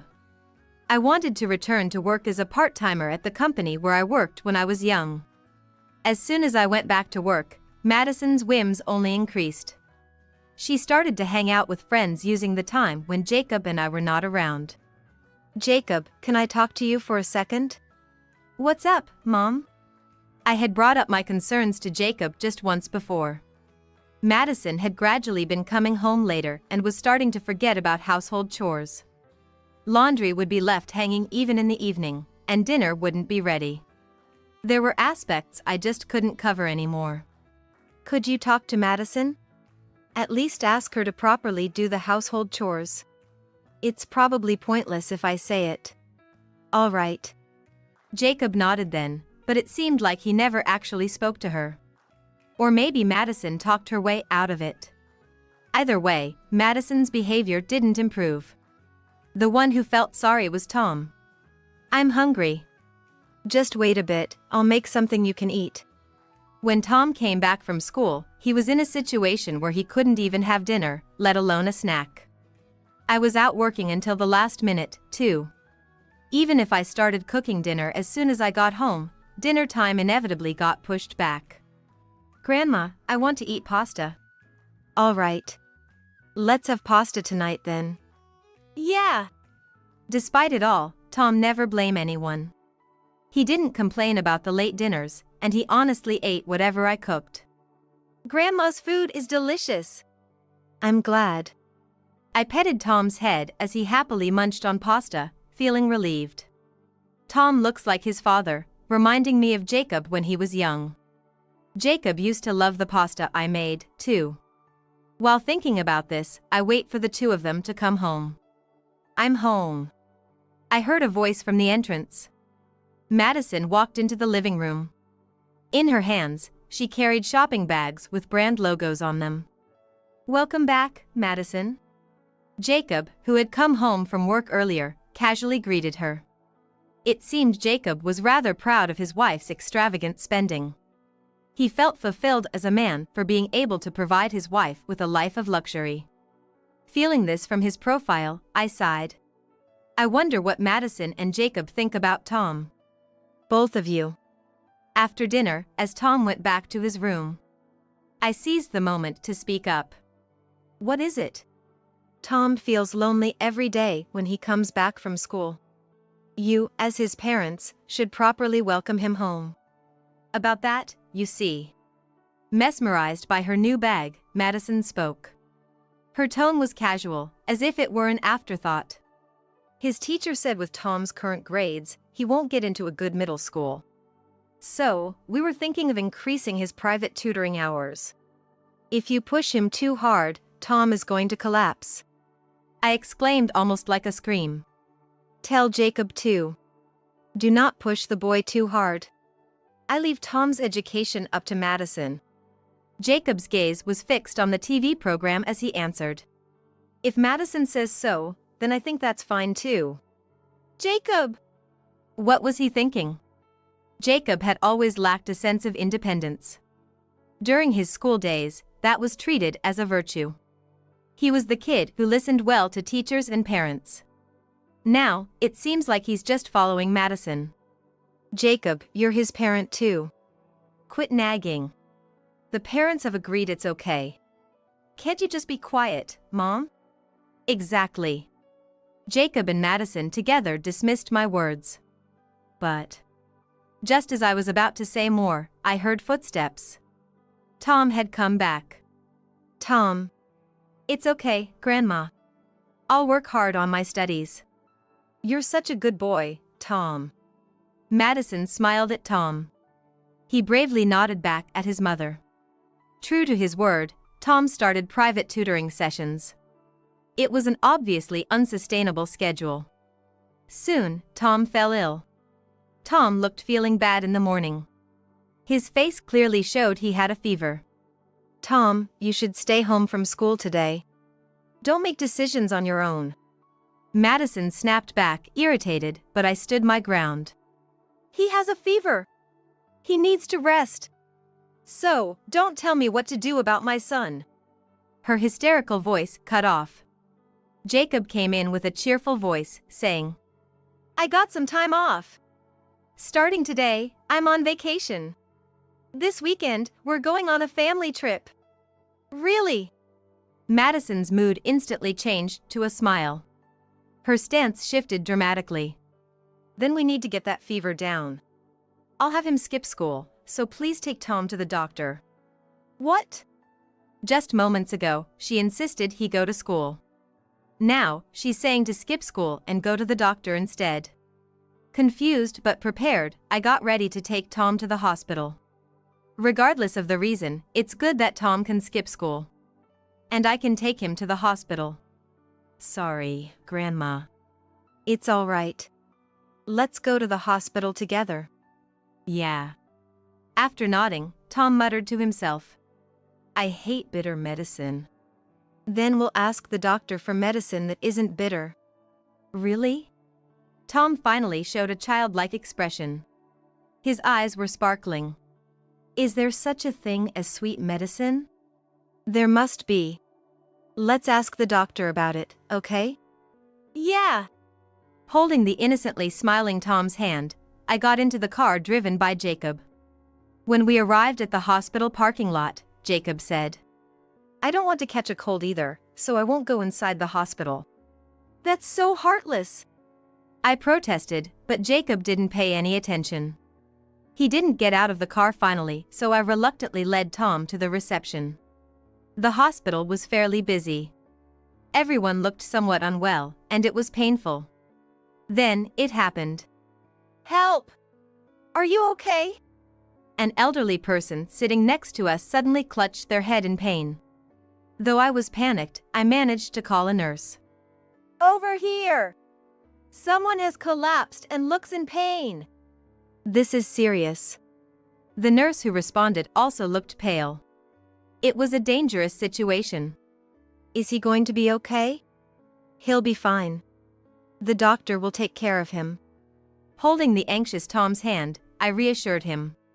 Inwardly, I wasn't sure what would happen. I wondered if the elderly person would be saved. The other patients were also looking in the direction the elderly person was taken, murmuring amongst themselves. After a while, a man in a white coat approached. In my flustered state, it took me a moment to realize he was a doctor. Good job, Mrs. Brown. What? Looking puzzled, the doctor explained the situation to me. That patient might not have survived if the treatment had been delayed. Thanks to you calling the nurse, the patient was saved. Oh, it was nothing. I thought it wasn't something to be thanked for. Helping someone in trouble should be natural. Yet, the doctor and the patients looked at me as if I was some kind of hero. Please, stop it. Feeling embarrassed, I looked down. Peeking at my face, Tom said happily, Grandma, you're amazing. Do you think so? Yes, you were splendid. The doctor's words, as if to emphasize, were followed by applause from the patients. I felt even more out of place. But, I was glad the elderly person was saved. Returning to the car after Tom's examination, Jacob looked puzzled.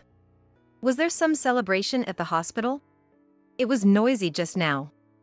Grandma helped an elderly man who was in trouble. Tom leaned forward excitedly as he spoke. Jacob's eyes widened in disbelief. Mom? It's not that big of a deal. Let's go home quickly. Yeah. The car started moving. On the way home, Tom praised me a lot. Jacob seemed half skeptical, half believing, but that was exactly the reaction I preferred. By the time we got home, Tom had fallen asleep from exhaustion. I picked him up and carried him to his room. As I tucked him into bed, Tom smiled softly. Grandma, you're amazing. Oh, Tom. I really hadn't done anything special. If I hadn't gone to call the nurse, surely someone else would have. Then, someone else would have been the hero of the hospital. Is he just sick? As I walked out of the room, Madison was standing in the hallway. To Madison's question, I replied, yes. The doctor said he's probably just worn out. Studying is important, but he's still a child with limited stamina. We can't overdo it. I see. Her response was as if it were someone else's concern. Then, we'll let him skip school this week. We have a family trip planned, after all. Tom needs to get better. That's true. Whatever the reason, I was glad Tom could skip school. It was that night. Excuse me. Is this the residence of Grace Brown, correct? Yes, it is. I had thought it was a delivery or something, but a stranger was standing there. Wondering what it was about, I was on guard. The man started to tell me something unexpected. After the man left, I returned to the living room. Who was that just now? Jacob, who was playing video games, asked. I smiled wryly. Just someone. By the way, where are we going for our trip? We haven't decided yet. Relieved at the expected answer, I suggested. Let's go to France. Mom, what are you suddenly saying? I got some invitations to a hotel in France from an acquaintance. Let's all go together, I said with pride. Jacob and Madison looked at each other. Seeing the skeptical looks on their faces, I showed them the actual invitation. Here it is. Wow! That hotel was featured on TV before, Madison said, her cheeks flushed with excitement. Frowning, Jacob stared at me intently. Mom, who gave you this? What does it matter? It's a gift. Madison, beaming, looked at me with anticipation, rubbing her hands together. Thank you. I'm glad you're pleased. Laughing in response, I was foolish. The morning we were finally set to depart on our trip. Oh no, I forgot to buy something. With an unpleasant smile, Madison said. I forgot your plane ticket. It's too late to arrange it now, so you'll have to stay home. That's terrible. Even Jacob was laughing, reacting as if watching a skit on TV. But this was no skit. This was actually happening to me. Okay. I could tell from Madison's expression. She had deliberately not prepared my ticket.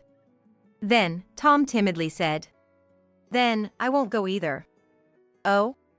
Are you still feeling unwell? It's not that, Mom.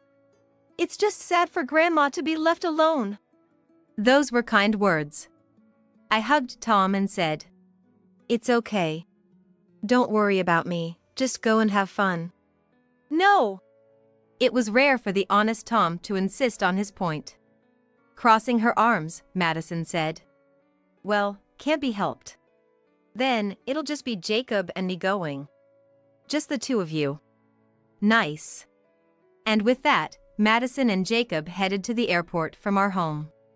Left at home, I thought while preparing lunch for Tom and me. Madison. I knew she disliked me. But I never imagined she'd do something this cruel. Well, it can't be helped. I was predicting what would happen next. Because of that invitation. It cannot be used if she is absent. What? Apparently, there was such an exchange between Madison and the hotel manager upon their arrival. Jacob called me in a distressed state, and I listened to his story. The elderly man you helped, Mom, seems to be the CEO of the company that owns the hotel. Yes, that seems to be the case. I nodded over the phone. I had received an explanation about the situation from the man who visited me. Strictly speaking, that elderly man was the former CEO. He had handed over all company responsibilities to his son and was enjoying a peaceful retirement in the countryside. That's when he happened to fall ill and met me at the hospital.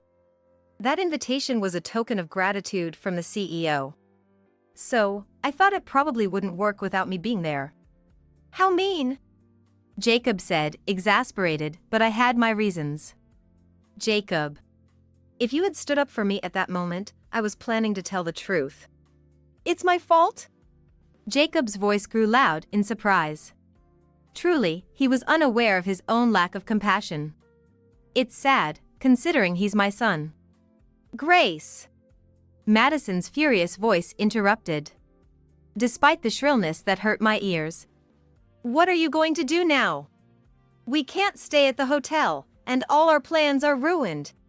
If you had taken me on the trip, this trouble wouldn't have happened, would it? It's because of their petty meanness that they ended up being locked out of the hotel together. Other hotels have been contacted, and none will take us in. Then, you have no choice but to come back home. You're joking. Madison raised a distressed voice as if she were the victim. Spending so much money to come to France, we cannot just go back home. I wouldn't recommend sleeping outside. It's dangerous. If you think so, please help us. Madison was wailing like a child. Do something. My first trip to France turned into such a bad memory. I can't help. Seemingly having given up on relying on him. With footsteps, Madison's voice faded away. Is there anyone who can help us? Stop it, it's embarrassing. Mom, I'm gonna hang up for now. Yes. I was rather relieved he decided to hang up. There's nothing I can do from Los Angeles, and I have no reason to be kind to Madison now. With a sigh, I ended the call. After a while, Jacob called again. I hesitated to answer, wondering if I should. But, they are my son and daughter-in-law, after all. I decided to listen and answered the phone. What happened? Someone stole my wallet. What? I never imagined such a thing would actually happen. I was genuinely shocked. Jacob said in a depressed voice. I could sense Madison crying nearby. In just a moment of not paying attention to my bag, everything was taken. Except my phone, which I had in my hand, my wallet, everything. Come pick us up, please. I could hear the tearful voice. That's impossible. I replied. Why not? Securing a plane ticket now is difficult. That's what you said. Oh no! Madison groaned on the phone. But, if we wait a few days, we might be able to get a plane ticket, right?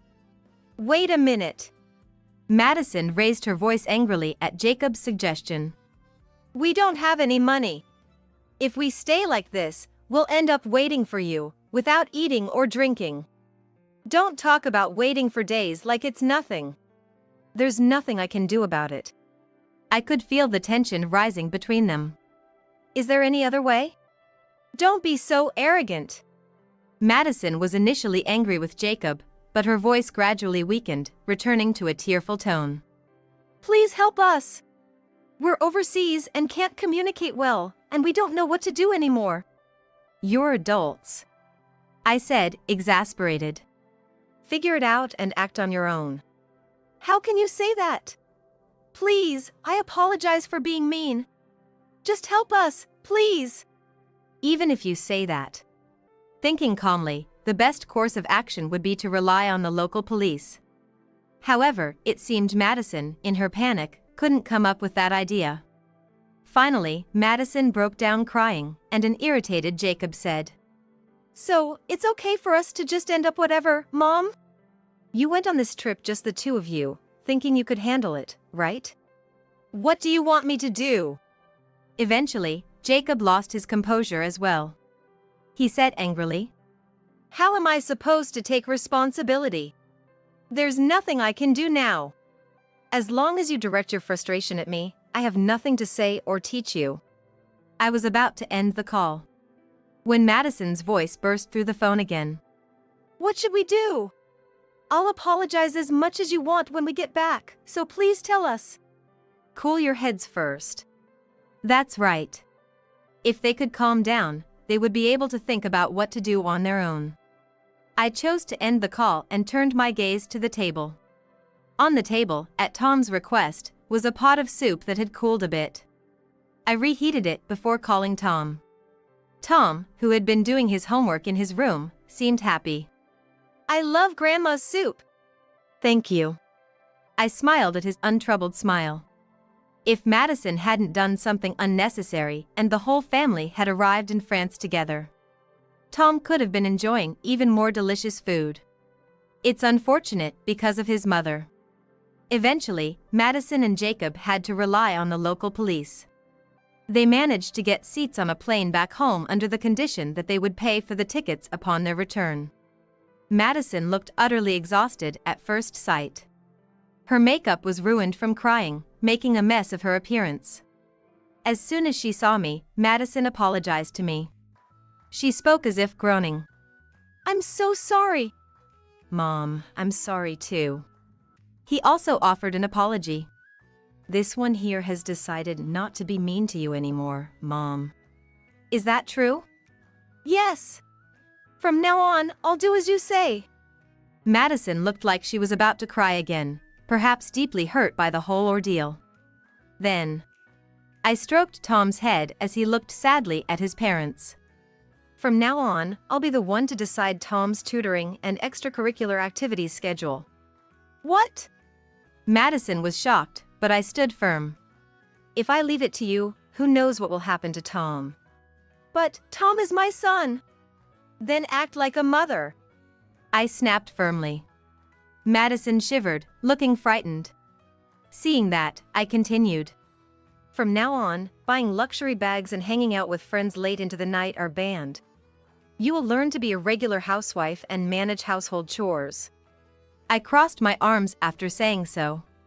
Honestly, these were words I didn't want to say.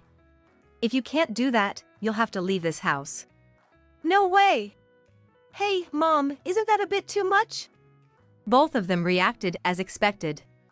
But this was necessary for Tom's sake. I spent time at home with Tom while the two of them were away. That's when I came to understand.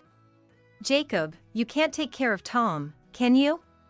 Well, it's true, but if so, the mother needs to be responsible. If Madison can't do that, we need to find someone else who can take care of Tom.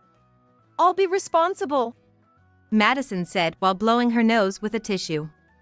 It looked like a scolded elementary school student. I'll take responsibility. So please, don't talk about divorce. Please. All right. I thought to myself. If she's begging and crying like this, it must have been a good lesson for her. I was too optimistic. I'm home. Madison. Less than a month later, Madison started breaking curfew and going out again. Weren't you supposed to have reflected on your actions? I did. That's why I'm coming home earlier than before, and I've cut down on shopping, she said nonchalantly, laughing. This was hopeless. I decided to have Jacob prepare the divorce papers.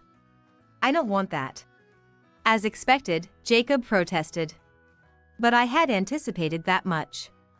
Even after seeing this? What? What is this? Looking at the photos spread on the table, Jacob's face twisted. They were photos of Madison cheating. Call it a woman's intuition or whatever. I had a hunch. So, I secretly hired a detective. These photos came with the report. Even with this, you don't want to divorce Madison? Well, that's... Jacob hesitated. After all, Madison was cavorting with multiple men. From their attire, they might even be nightclubs or something similar. She was doing this when I wasn't looking? Jacob muttered, his shoulders trembling. So, what will you do? Divorce Madison? When I asked, Jacob slowly turned to me. Anger was evident in his eyes. I'll divorce her, Mom. I see. So, the household will dissolve then. Dissolve? Jacob looked puzzled, tilting his head.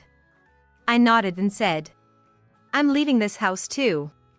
What? Jacob exclaimed, taken aback. But I had been considering this for a long time. I wonder if you two can't become independent because I'm here. So, I thought we might try living separately from now on. But, Mom, that's troublesome. Jacob hastily clung to me. Despite being much taller than me, he looked smaller because he was kneeling on the floor. I can't do household chores, and what about Tom? I'll take Tom with me. What? Again, Jacob was surprised. Truly, he had no interest in my actions or thoughts. I had been looking for an apartment to move into for a while now. But Jacob had been completely unaware. Aren't you my mother? Can a mother abandon her son? Before that, aren't you Tom's father? Have you ever acted fatherly? Well, that's...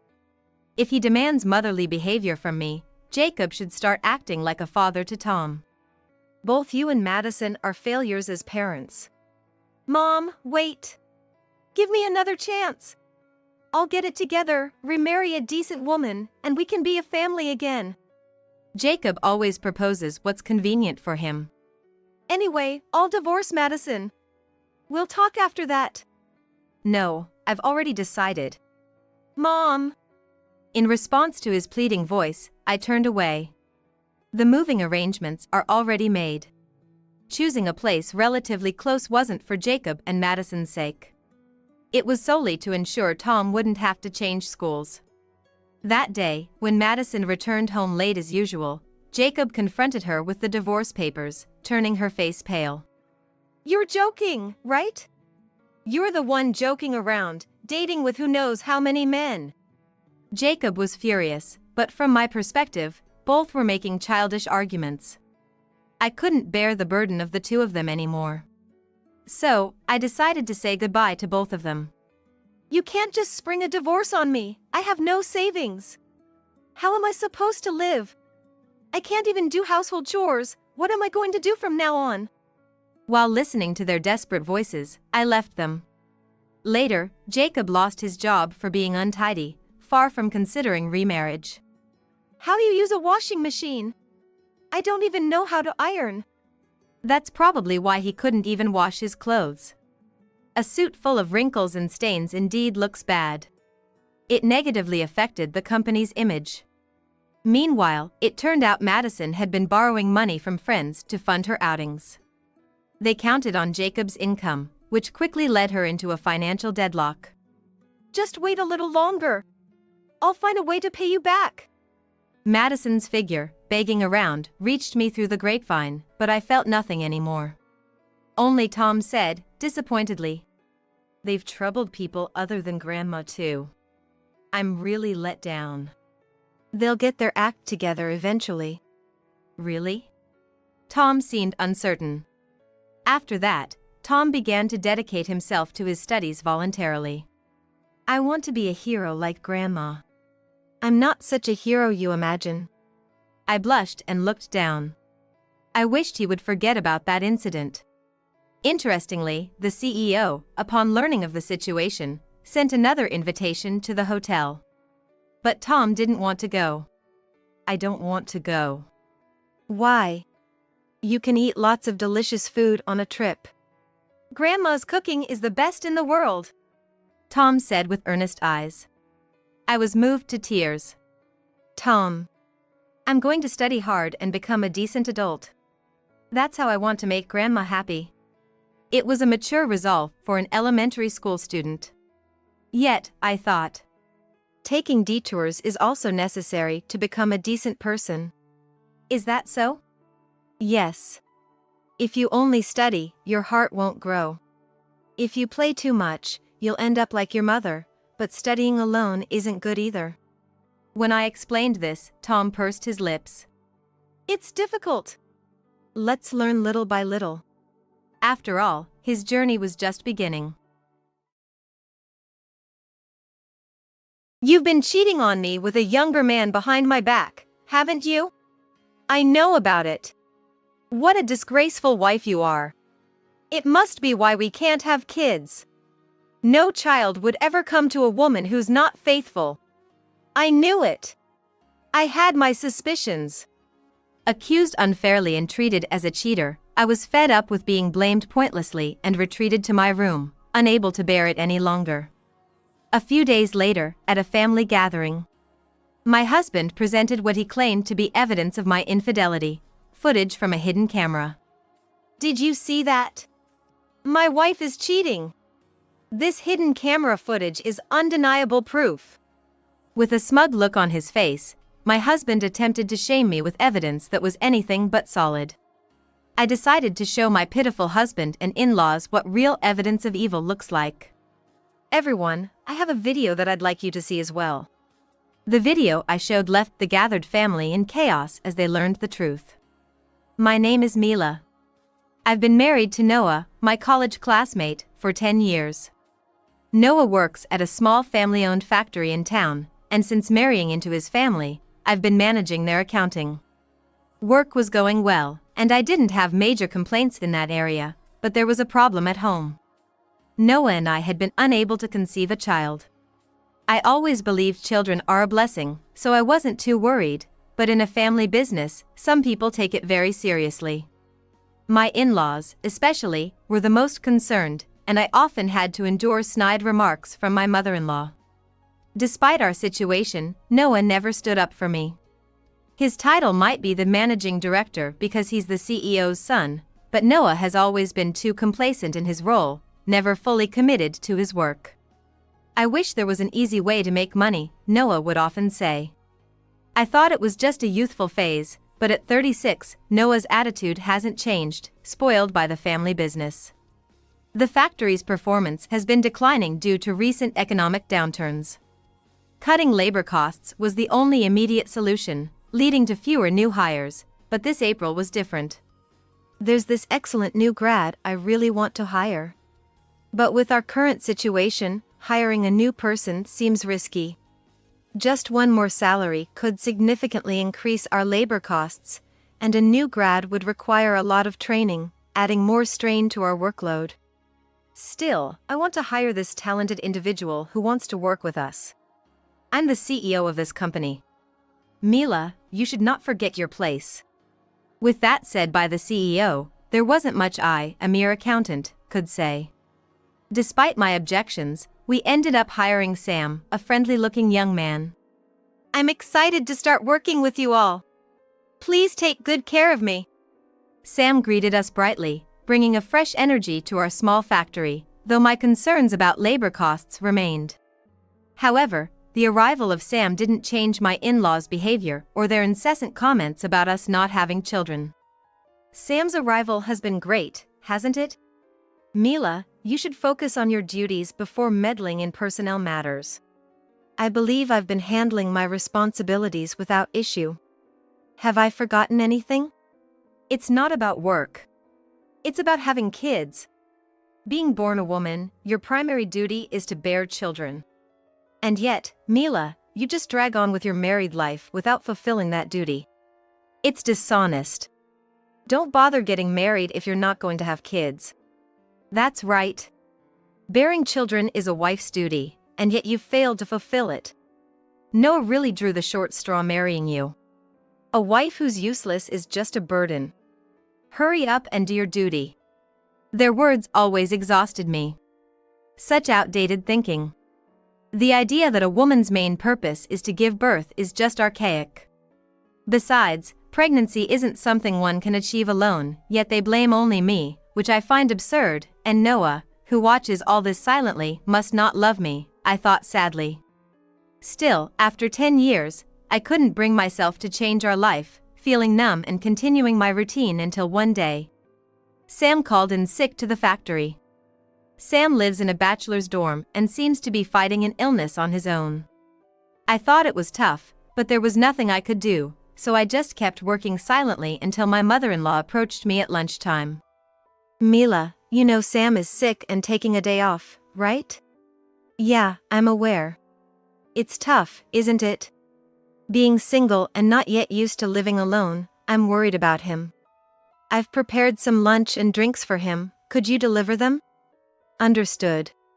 Though there were many single employees, such consideration was a first. Despite finding it unusual, knowing that Sam was young and had just moved out on his own, I accepted the request from my mother-in-law without suspicion.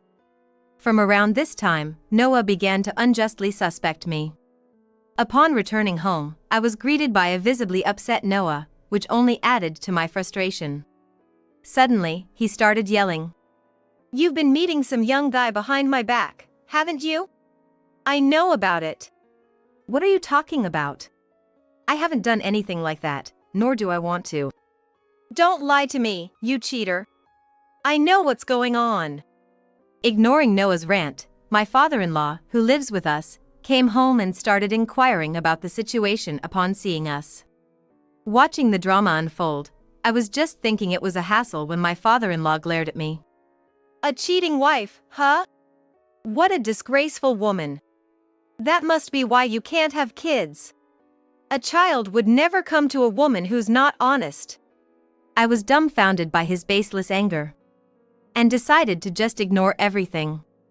Such a ridiculous argument. Even if I were a negligent woman, that has nothing to do with not being able to conceive. Besides, I wasn't cheating in the first place, so their accusations were completely unfounded. Just as the two men were openly expressing their anger, my mother-in-law came home, potentially adding to the trouble. Yet, she returned bearing her own issues. Oh my, what a disaster! What's wrong, Mom? We're just dealing with Mila's misconduct. Oh, so it was Mila all along? The culprit. Culprit? Mom, what are you talking about? There's a fuss because money has gone missing from the office safe. Only someone like the accountant would have easy access to it, so I suspected Mila might be involved. Faced with my mother-in-law's suspicious gaze, I was utterly infuriated. I had reached a point where being blamed for not having children didn't bother me anymore, but I had always taken my job seriously. There was no reason for me to be scolded, and the idea that I had tampered with the safe was absurd. I haven't stolen any company money. I'm being falsely accused of both cheating and tampering with the safe. Huh? Planning to play dumb, huh? You're the only one who knows how to open the company's safe. You probably stole the money to lavish on that young guy, didn't you? Admit it. Now you too? Don't make a fuss without evidence. If you're going to blame me, at least come prepared with solid proof. Unable to endure being blamed pointlessly any longer, I shouted back and retreated to my room. However, from outside my room, I could hear all sorts of nasty accusations like thief and cheater being thrown at me. Staying in this house had become unbearable. And so, a few days after being accused of 2 false charges, the day to celebrate my father-in-law's 60th birthday arrived. We were supposed to host relatives from both sides of our parents at our house for a traditional celebration, and my mother-in-law and I were swamped with preparations. However, my mother-in-law didn't do much. She just barked orders at me, lounging on the sofa like royalty. Mila, your way of setting things up really lacks taste. Looks unappetizing. Don't embarrass me, please. Make sure there isn't a speck of dust left in the house. got it? Running around the house like a servant, cleaning, and preparing for the arrival of many guests. As I was setting up the food for the celebration, it was almost time for the relatives to arrive. Welcoming the arriving relatives with a smile and greetings, it seemed everyone had finally gathered. Feeling relieved that I had managed to get everything ready on time, I was about to take a short break when Noah suddenly stood up. Thank you all for gathering here today for my father's sake. I'm sorry to bring this up at such an occasion, but there's something I need to show everyone. With an unusually formal tone, Noah turned on the TV and started playing a video. The relatives, smiling, expected a surprise video for the celebration, but were instead presented with something completely unexpected. The video showed a room. Unmistakably a man's room filled with signs of daily life. Listening to the murmurs of the confused relatives, I realized it was Sam's room.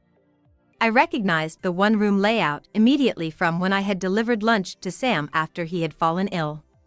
The doorbell rang, and as Sam opened the door, there I was entering, as expected. I heard you were feeling under the weather. Are you okay? Thank you. I'm managing somehow. I've brought some lunch and a drink. I thought it might be good for you to have something in your stomach. Can you eat or drink? Yes, I really appreciate it. As I was invited in and placed the shopping bag containing the lunch and drink on the mini kitchen counter, the video stopped. This was the footage from the day Sam was off work due to illness, when my mother-in-law had instructed me to deliver lunch and a drink to his bachelor's pad. After the video finished, Noah, as if he had caught a demon by its tail, suddenly started making a fuss. Did everyone see that? My wife is cheating on me with this young man. It's unbelievable that she's doing this despite being married. That's not true. I was asked by your mother to. Don't make excuses. This hidden camera footage is irrefutable evidence. Boasting loudly, Noah garnered the stares of all relatives onto me. Seizing the opportunity, my in-laws piled on. This is the worst, such a promiscuous wife. It's outrageous for her to lay her hands on a young man from work. And she can't even bear children, shame on her. Then, my mother-in-law added to the commotion. Dad, Noah, this is terrible. Look what I found in Mila's bag. In a flustered manner, my mother-in-law dramatically pulled out the purse I regularly used at work. Bringing my bag from the next room, she took out a bundle of cash from inside it in a display of evidence. Just the other day, a significant amount of money went missing from the factory's safe. And the amount missing matches this exactly. Mila, you stole the money, there's no doubt about it. With my mother-in-law vocally excited, Noah and my father-in-law also began to blame me. However, amidst the sudden chaos and the silent relatives, I calmly stood up. I then picked up the laptop from a corner of the room and set it up in a spot where everyone could see it easily. Everyone, I also have a video that I'd like you to see. Connecting my smartphone to the laptop with a cable, I played a video. This video seemed like a continuation of the one Noah had shown. But whereas his was from a hidden camera, mine was recorded on my smartphone. I had a bad feeling about going to a single man's room as a married woman alone. Plus, by this time, I was already aware of a certain fact. Recording the video as a precaution turned out to be a wise decision. Sam's complexion, which wasn't clear in the hidden camera footage, appeared healthy and not at all like someone suffering from illness when shot on my smartphone. Turning around after placing the shopping bag in the mini kitchen, Sam was all smiles. Sam, you seem more energetic than I thought. Is that so? Maybe it's because I had a good rest in the morning, that might have helped. That's good to hear. Then, there's something I'd like you to listen to, could you? Looking puzzled, Sam watched his eye, with the video still recording, played a voice recording on a tape recorder for him to hear. The recording contained a conversation between Noah and my in-laws. You know, I really want to marry Ellie. I think she's starting to feel the same way. But Mila is in the way. If only she would leave, everything would fall into place. Noah said lazily. Ellie is the daughter of Mr. Keene, the CEO of the parent company to the small-town factory my father-in-law runs. She's a beautiful and bright girl, someone I'm well acquainted with. Noah had been eyeing Ellie. That's great. She's young, seems like she could give us a healthy heir. If the daughter of the parent company's president were to marry into our family, our small factory would be secure forever. My in-laws joked around, Noah laughing along. After establishing that I was the obstacle to Noah and Ellie's marriage, they began planning how to get rid of me. The moment the recording started playing, Sam's face grew increasingly pale, and by the end, he was completely white, apologizing. Mila, I'm so sorry. It was all Noah's idea. Noah and my in-laws' plan to drive me out was this. Sam was actually deep in debt. Knowing his situation, Noah had hired him with money to set him up as my supposed lover. If it looked like I had cheated, not only could they divorce me, but they might also be able to claim alimony from me. Noah and my in-laws were quite excited about this plan. The truth revealed in the video silenced the relatives, who then glared coldly at Noah and my in-laws. What is the meaning of this? Noah, I think you owe us an explanation. Caught off guard, Noah desperately yelled at me. Why are you doing sneaky things like recording and filming? What's sneaky? The only ones doing anything underhanded are you. How do you think I found out about your schemes? Because someone consulted me about it. Who would that be? Noah, you know them well. Come on in. With a loud voice, I signaled for the certain person to enter. And Ellie appeared, visibly angry. Noah and my in-laws were shocked into silence. Ellie, after offering me a few words of concern, turned back to Noah and my in-laws. I've been troubled by Noah's persistent advances for a while now, emails, phone calls, it was really bothersome. I had no interest whatsoever. But, you were always smiling at me. I have to be polite to my father's business contacts. A courtesy smile is the least I can do. Don't flatter yourself. I thought. As Noah was left dejected after being bluntly rejected, Ellie began to explain the situation. It seemed that Noah had selfishly convinced himself that Ellie was interested in him too, but for Ellie, Noah was nothing but a nuisance. Actually, I used to tutor Ellie when I was in college and she was in elementary school. This wasn't a secret to Noah and my in-laws, so it was common knowledge. Ellie and I kept in touch, and she confided in me about being followed around by Noah. It must have taken courage for her to consult with Noah's wife, me. After her hesitant consultation, I praised her for speaking up and decided to investigate Noah's actions on my own. Part of that was setting up a tape recorder at home, which successfully recorded their plans to drive me out. I was able to act preemptively because I became aware of their scheme. Moreover, Ellie had been hiding in another room this entire day. She suspected my mother-in-law might pull something, considering the accusations of theft against me, and knew about the family gathering where Noah and my in-laws planned to execute their scheme. Ellie wanted to know how things would turn out, so she agreed to help. When I was hiding in the next room earlier, I saw this person come in and put cash in Mila's purse. I have it all on my smartphone, so feel free to show the footage. It was all a trap concocted to kick Mila out of the house. Ellie, having boldly declared the truth, caused the most panic in my father-in-law. He began a desperate apology. It's not true. I swear to God I had nothing to do with this. It was all my foolish son and wife acting on their own. Please, could you keep this matter confidential from my father? Come on, Dad, are you kidding me? You were in on the plan too. Trying to save yourself is just the lowest. That's right, Dad. How could you think of cutting us loose? Who do you think has been supporting you? Quiet, quiet. Because of you, my life is going to be ruined. I don't know anything. I didn't do anything. The fight broke out with my father-in-law shouting, Noah grabbing him, and my mother-in-law being pushed and falling over as she tried to intervene. As Noah and my in-laws started a full-blown fight, another person appeared on the scene. I've heard enough. It seems my daughter has been quite troubled by you all. Seeing Ellie's father, Mr. Keene, CEO of the parent company to the small-town factory. Noah and my in-laws froze, looking ragged and shocked. As the small factory faced its quiet end, I presented Noah with the divorce papers I had prepared. If you so desire a divorce, here, let's make it official.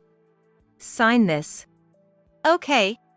Noah hastily signed the divorce papers and then turned back to Ellie. I'm off to the office to submit these. Wait for me, Ellie. I'll make you happy. Noah dashed off towards the office, leaving Ellie's father to briskly take her away. Left behind, my in-laws curled up, crying, "It's over for us," as I too left the house, ignoring the stunned relatives. After the divorce was finalized, Noah tried even harder to woo Ellie. Of course, a marriage with Ellie never happened. She consulted the police, and Noah was ordered to stay away from Ellie with a restraining order. Afterward, shocked by Ellie's rejection, Noah began to splurge using stolen factory funds. With the accounting going haywire after my departure, the small factory quickly went bankrupt within half a year due to Noah's wastefulness. Of course, I claimed a hefty alimony and even sued for defamation, being falsely accused of theft. Noah and my in-laws had to sell their house and move to a small apartment, where their constant fighting, with no privacy, turned into noise complaints and eventually led to legal troubles. The truth about the false accusations against me became known to the relatives, creating an insurmountable rift between Noah, my in-laws, and them, leading to being disowned. Meanwhile, my life took an unexpected turn. I was offered an accounting position at Ellie's father's company, where I met a well-educated, elite, and serious man. We started dating with the company's blessing and eventually married. Our marriage life has been more fulfilling than I imagined, and we were soon blessed with children. The past struggles and anxieties seem like a lie now, as we live happily ever after.